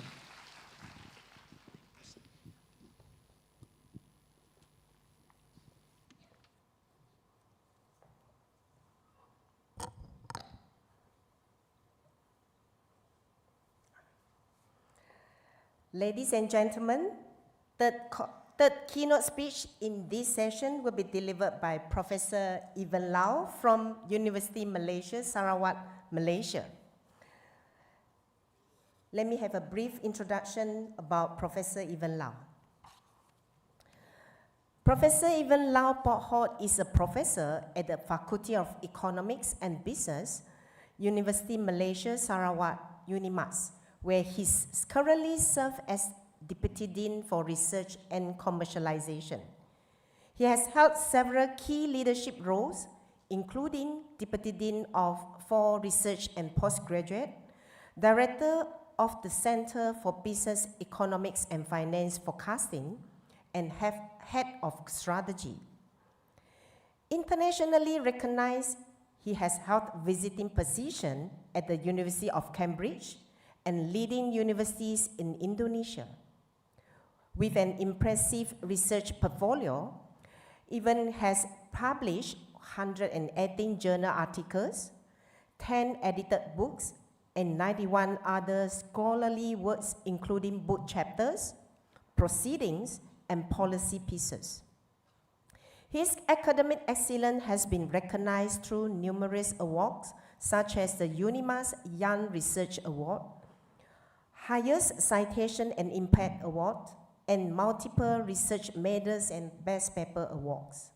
To that, he has secured 32 competitive research grants and supervised 91 postgraduate students while examining nearly 100 theses and guiding 170 undergraduate projects.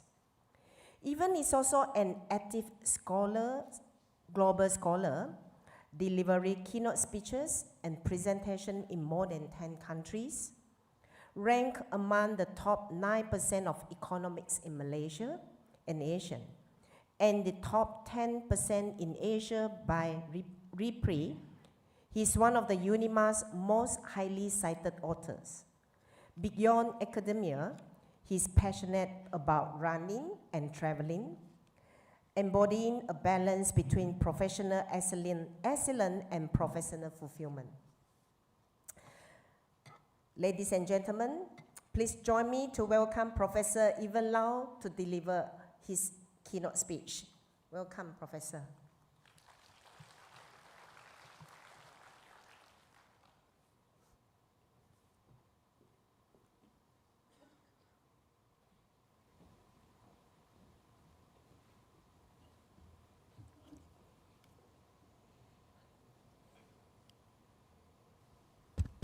All right. Very good morning to everyone. We're still in morning. Thank you very much, Prof. Irene, for introducing me, and thank you very much actually to everyone, especially to the organizer, to the university who invited. I'm honored to be invited here for this conference, this significant conference on economics and finance, and of course, What I'm going to deliver today continue from what my two fellow keynote speakers have delivered from accounting perspective, what they're going to do for accounting in terms of sustainability, and then continue on with the perspective of research that perhaps we have to put more emphasis on the majority world rather than the common word that we normally use, developing world. Majority world, I learned something very new today. So I continue on with a very much more general topic of what we concern about, not just today, but some years back, about data and how it's going to be in the future. We talk about that, especially on the perspective of research, also on the perspective of the profession, perhaps on the perspective of the study program and what we have today, what we want to build for the future. Right, so this is some of the menu that I'm going to mentioning about here. Oh, I have this. Right. Yeah, before that, that's the building of the Faculty of Economics and Business in my university. Welcome to the university here. So, I guess everyone familiar with this word, VUCA, is not something alien to everyone. And this word have been used not just these past few years, but have been used even before the COVID-19, before the pandemic. Had been used quite widely in the literature of management, business, accountancy, or finance, economics also, right? So what is VUCA actually? VUCA in short is called volatility, uncertainty, complexity, and ambiguity. This is how we view, this is how I view, this is how I normally tell the audience, this is how I view the world, even until today. Since before pandemic, on the pandemic, after pandemic. Since what we call before the pandemic, the world called about the revolution of IR 4.0, we are looking into that direction and whatnot, the technological advancement. Now, then after that, we have the COVID hit us, the whole world. Everyone feel the impact. No one left behind. The United Nations tagline. Pandemic doesn't leave anyone. Everyone have been impacted in this world. So that's what I call until today. It's still the world that we're living, are volatile, uncertain, very complex sometimes, and it can be ambiguous in a lot of so. And we need the kind of solution that have been proposed by the earlier speakers, which is not linear, a non-linear solution. You cannot look things very linear on the straight line anymore. Things, because of the volatile movement, because of uncertainty, things are getting more interconnected in some way, so you need a kind of very non-linear solution. That's how I view it. That's I propose, I put up what is the problem statement now, the world having in more general concept. Oh, sorry, let me go back here. So, in terms of VUCA, some of the literature proposed actually, it talks about visibility, and then you have unconstrained link back to uncertainty. We have connected, we're very much connected. This is where we have all this connectivity, collaboration of international conference and whatnot, which going to push us into the further horizon into that, right?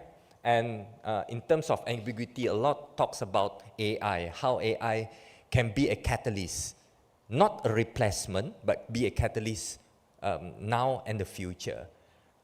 How well it goes, how well AI goes, this is what the world excited to see, and where we go from there, right? So from the business perspective, I guess most of the literature cite about the leaders must have the vision and understand the whole situation with clarity, of course, with agility. They talk about agility, the measurement of agility and whatnot in research, right?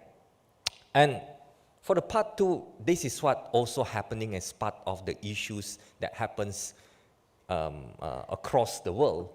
Yeah, I mean, this is what have I brought you in issue here is that nowadays or today, very much of this list, very much of this top industry giants and whatnot, doesn't matter where we go, the industries or sectors mostly are dominated by data related or data or digital platform that we are looking forward to, right? What we live on today, this one, these small things in our hand, this small handphone that we have, we brought this thing, I always tell the jokes to everyone that we bring this everywhere we go, including the toilet,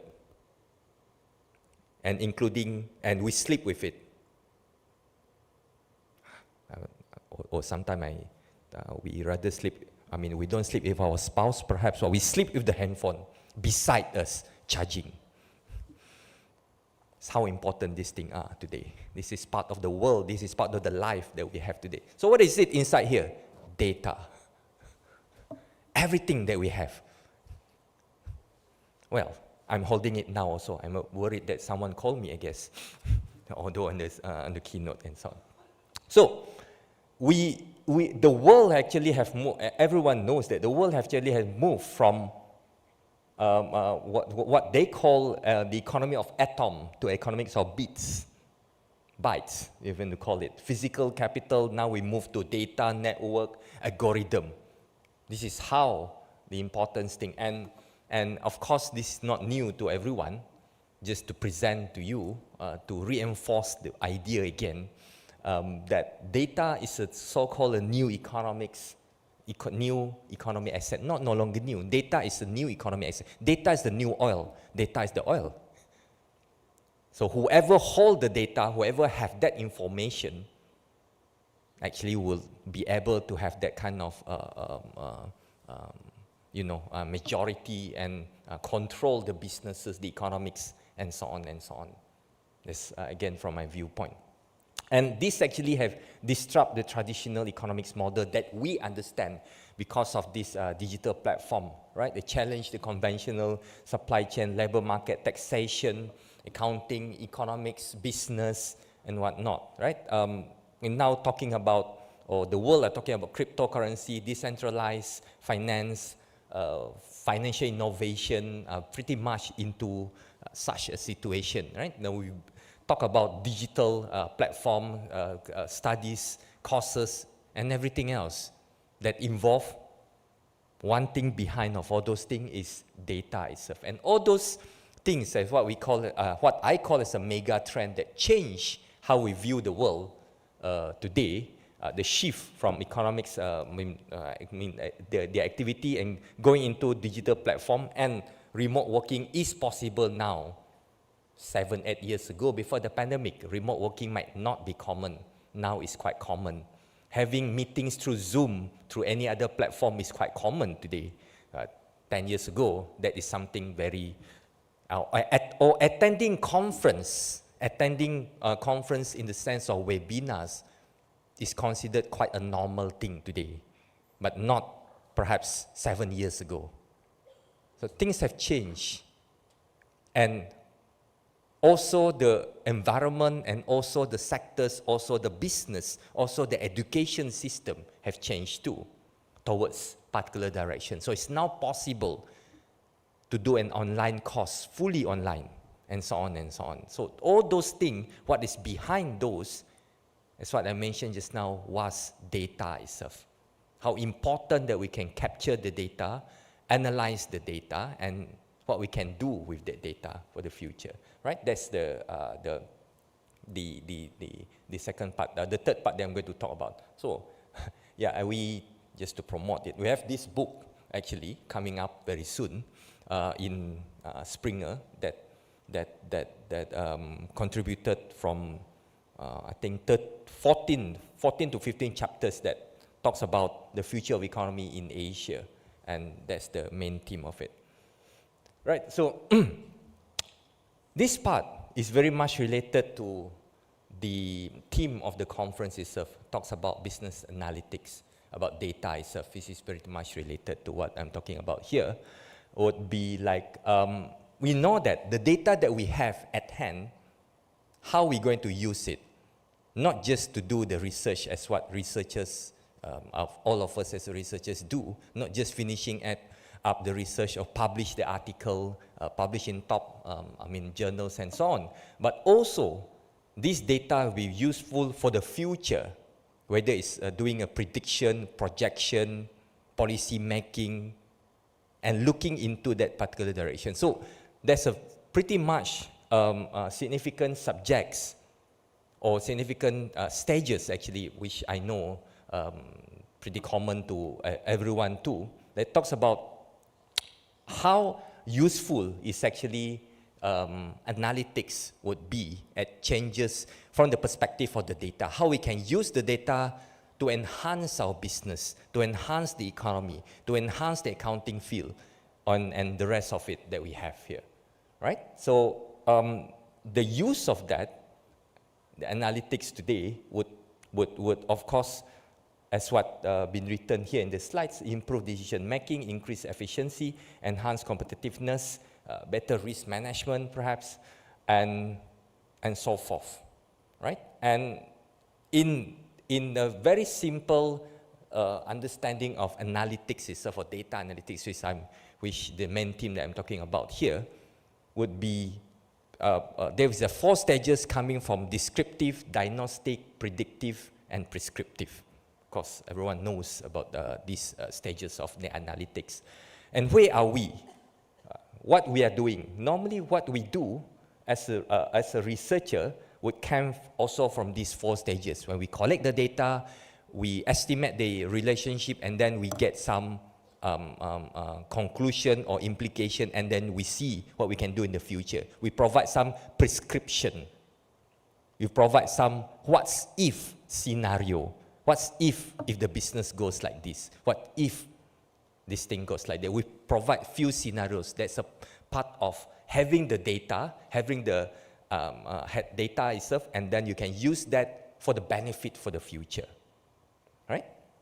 So just to introduce what is descriptive analytics, what is example, the best example I normally use will be Netflix, on how they can enhance the trend of demand, understanding individually. This is how far data and the analytics have gone through. Same thing goes to our phone. It's very personalized. Once you log in, once you buy the handphone, you sign in, everything is yours, including when you face recognition. Oh no, you cannot open the phone, right? And so on and so on. So and diagnostic will be very much related to what we do a lot, is in terms of hypothesis testing and whatnot. What we want to test, what we want to know, whether this is significant, whether it's that, whether such a relationship exists and whatnot, right? And yeah, I just gone through that. And the 2 last parts of the analytics process will be predictive and prescriptive. What's going to happen in the future? That's the question normally the business will ask anyone, the CEOs, the MD have to answer. What's going to happen in the future? 5 years from now, 10 years from now, when you do financial reports. When you do the financial reports and whatnot, we want to know what's going to happen.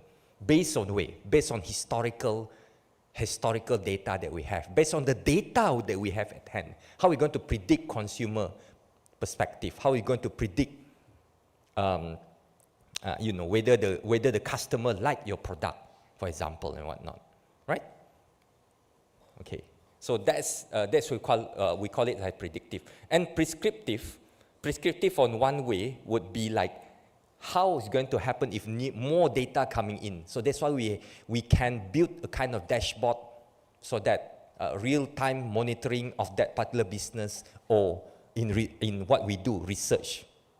When data keep coming in, that's where we're collecting it from time to time, right? So that's where we are now. Data is everywhere, and we can give a kind of scenario like I told you just now, prescriptive. What's if, let's say we imagine that we want to make 1 million, or 1 million is too little, 1 billion in 5 years now, 10 billion in 10 years from now.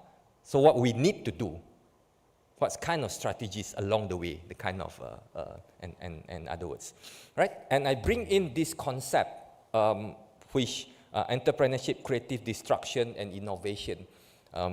Creative destruction was brought up by Joseph Schumpeter. earlier on, some 70 years ago, I guess. And normally we talk about entrepreneurship. We touch about how entrepreneurship, how businesses should innovate further in the future. Using what? Using data. You provide innovation, but you improve that innovation, right? This is just a picture of how it looks like from first wave, second, third wave, and where we are today with the benefit of the data that we have, right? And the rise of creative destruction force from reinvention with a change of method technology caused by the emerging ones. So things change, right? How it improved from time to time, how technology have improved since, usually I'll give another best example, the good example of this handphone that we have, and the device that we have gone through for the past 20 years, so much development. I never imagined that we can touch the phone. I thought it's only screen where we have the ABCs, the alphabet on the screen. That was 20 years ago when I used the phone, Nokia 3310, for example, and all the other brands. Today, we can touch the screen. The whole screen is actually the phone. And now, laptops, TVs, and so on can touch screen. We go beyond that. That's how innovation, technology, crazy mind, but creative destruction, going beyond. All right? With all the data that we have, right? Let me go through this. This is just the definition that I told you just now. Yeah. So I come to the last part of it, right? And I always put up this information that we have. The future is in our hand. What kind of future that we want, what data that we have, we hold that and we put that for our future. We create, we develop, we mold our future that we want. This is another picture in the campus. Right? Of course, that future very much linked to what we have at hand. A framework that we can use is the United Nations Sustainable Development Goals under these 5 Ps. And beyond that model of the 5 Ps, and which concept of SDG, Sustainable Development on Planet, People, Prosperity, Partnership, and Peace. That's where the future that we go, if that's the future that we want to plan, how are we going to put our data at hand? How are we going to use the data into our benefit, into the positive impact for the future, right? So, so what I've been talking about for the past nearly 20 minutes here, I bring everyone the issues on VUCA, VUCA, volatility, uncertainty, complexity, ambiguity. Right? The future is volatile, complex, ambiguous, requiring adaptive, non-linear solution. The market analytics, the skill that we need for the future, we already have that as inside us, embed inside us as a researcher. We just have to enhance that further. Right? Number 3, the great reconfiguration, which already happens and will happen more in the future. Right? And number 4, talk about the future, data and technology is neutral. It can widen inequality and harm the environment or foster inclusive, sustainable progress.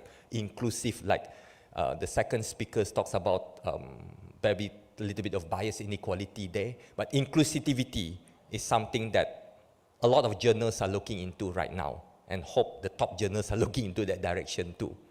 And same thing goes to any other system, right? Number 5 there is about responsible analytics means embed local participation, ensuring transparency, enable oversight, build trust where communities and regulatory capacity varies widely. And number 6, the last one is about the choice of the future that we want. What kind of future we want, that we can use the data to provide, to go for the future, right? The choice in policy, especially also in education that we are in, investment, regulation today will determine the future path that we want to. Right? So I leave this. This is developed by AI, Icfe. A choice we make today with data will define the future that our children inherit. So I just put this. This is by AI, not by me, not drawn by me. It's drawn by the AI. I just put the wording there. Right? So with that, thank you very much for having me, and open up for question and answer if any. Right. Oh, thank you. Oh, this one, you need this one? Yeah, thank you so much to Professor 𝐓𝐃𝐄𝐓𝐑𝐄𝐌. Yeah, Prof, probably one simple question from me. I hope it's simple, all right? Can big data ever replace human judgment? Do you think? What do you think? Big data replace human judgment? That's an interesting question. I'm still human here, not robots or AI or anything. Oh, I guess Irene also. Yeah. So, the future is something for me is very uncertain. So, if talking about replace, for me right now, my answer to that is no.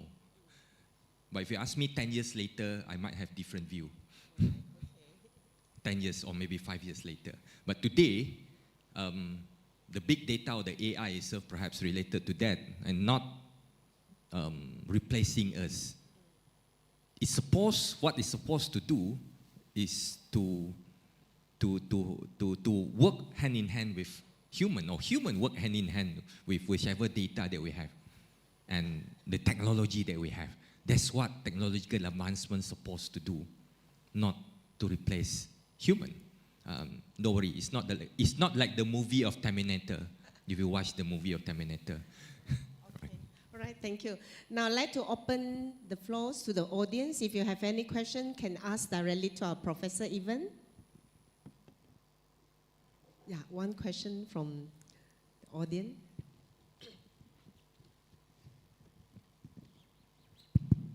Thank you for a presentation, Professor 𝐓𝐃𝐄𝐓𝐑𝐄𝐌. My name is Thu. I'm a lecturer at the Faculty of Accounting, Duc Thang University.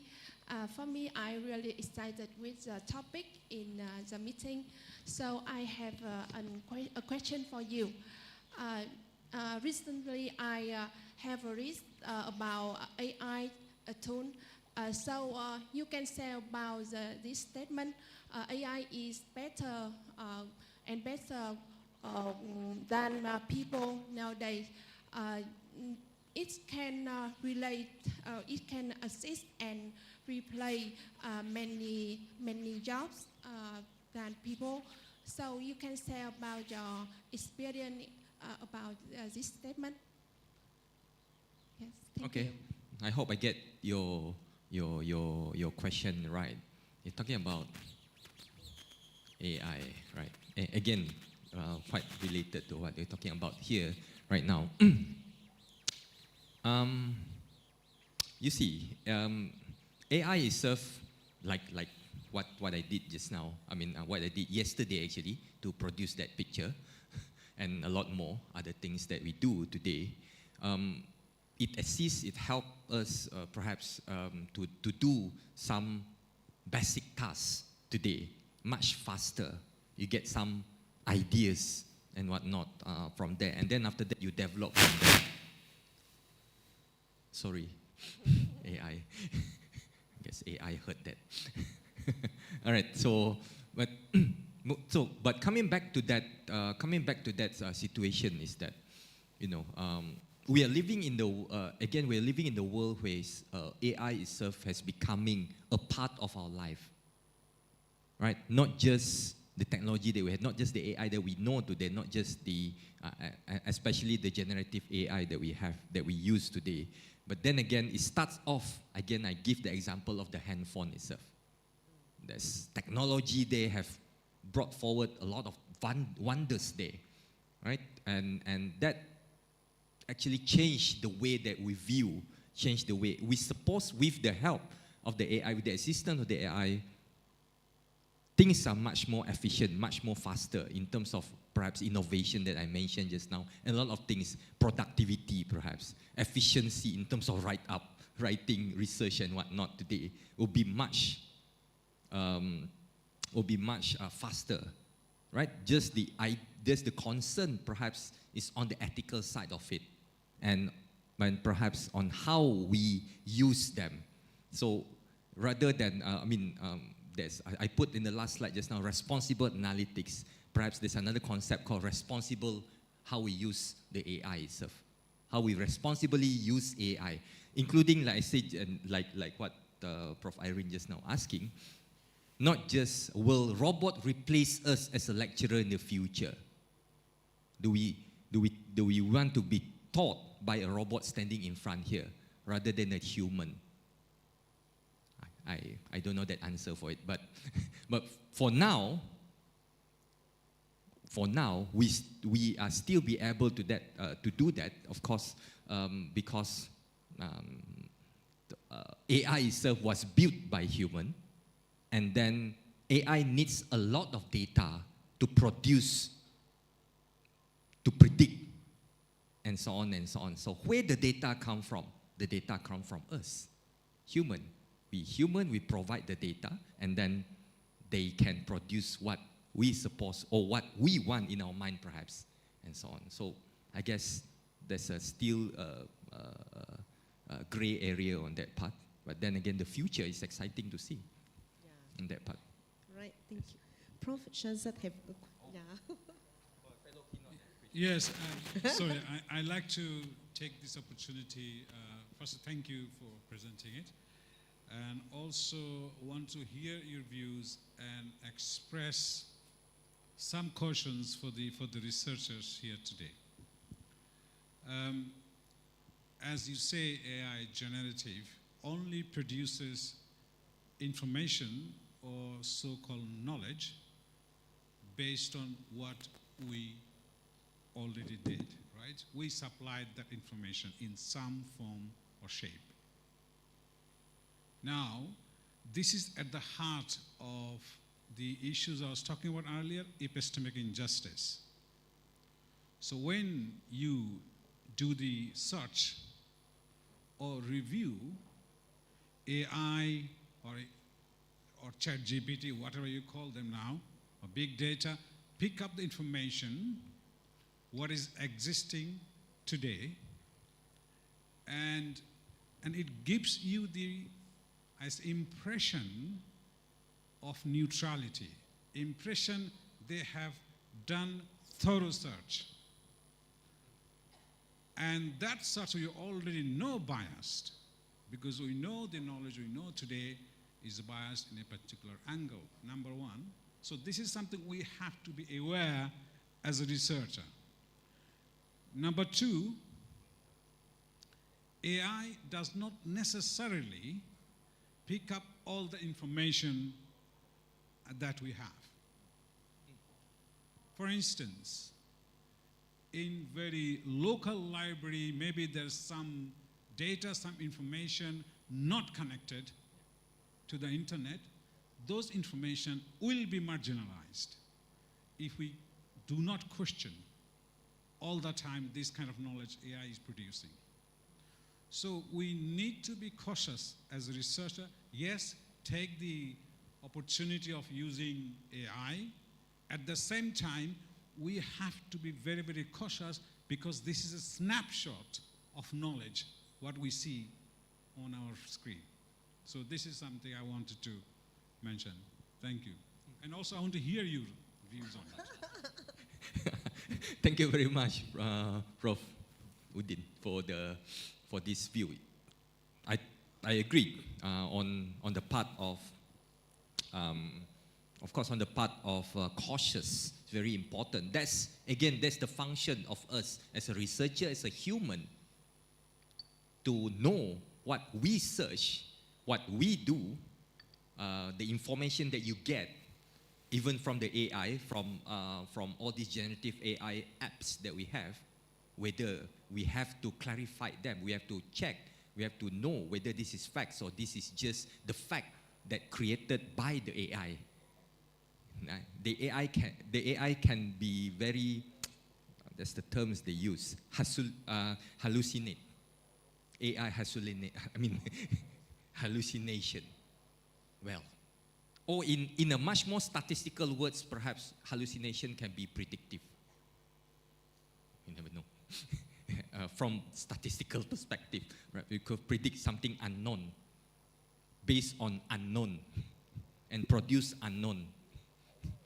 Right, anyhow, so the interesting part of all that is that this way we as our function as researchers have to do, or regulators have to do. We have to check the facts. We have to know, or even as a journal editors, when the paper's coming in, we have to know, we have to check. Not just checking the similarities, but also checking how much AI they use to generate the whole paragraph, the whole papers and whatnot.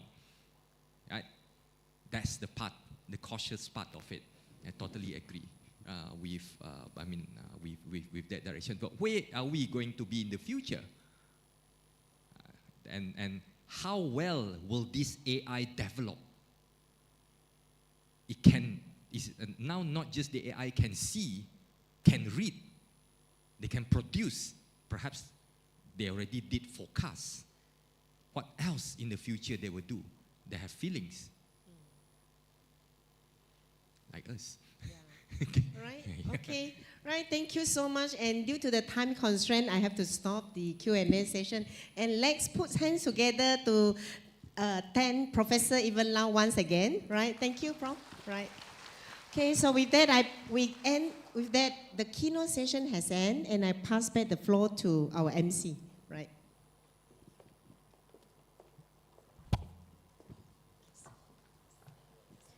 Thank you very much to our keynote speakers and Professor Irene for such insightful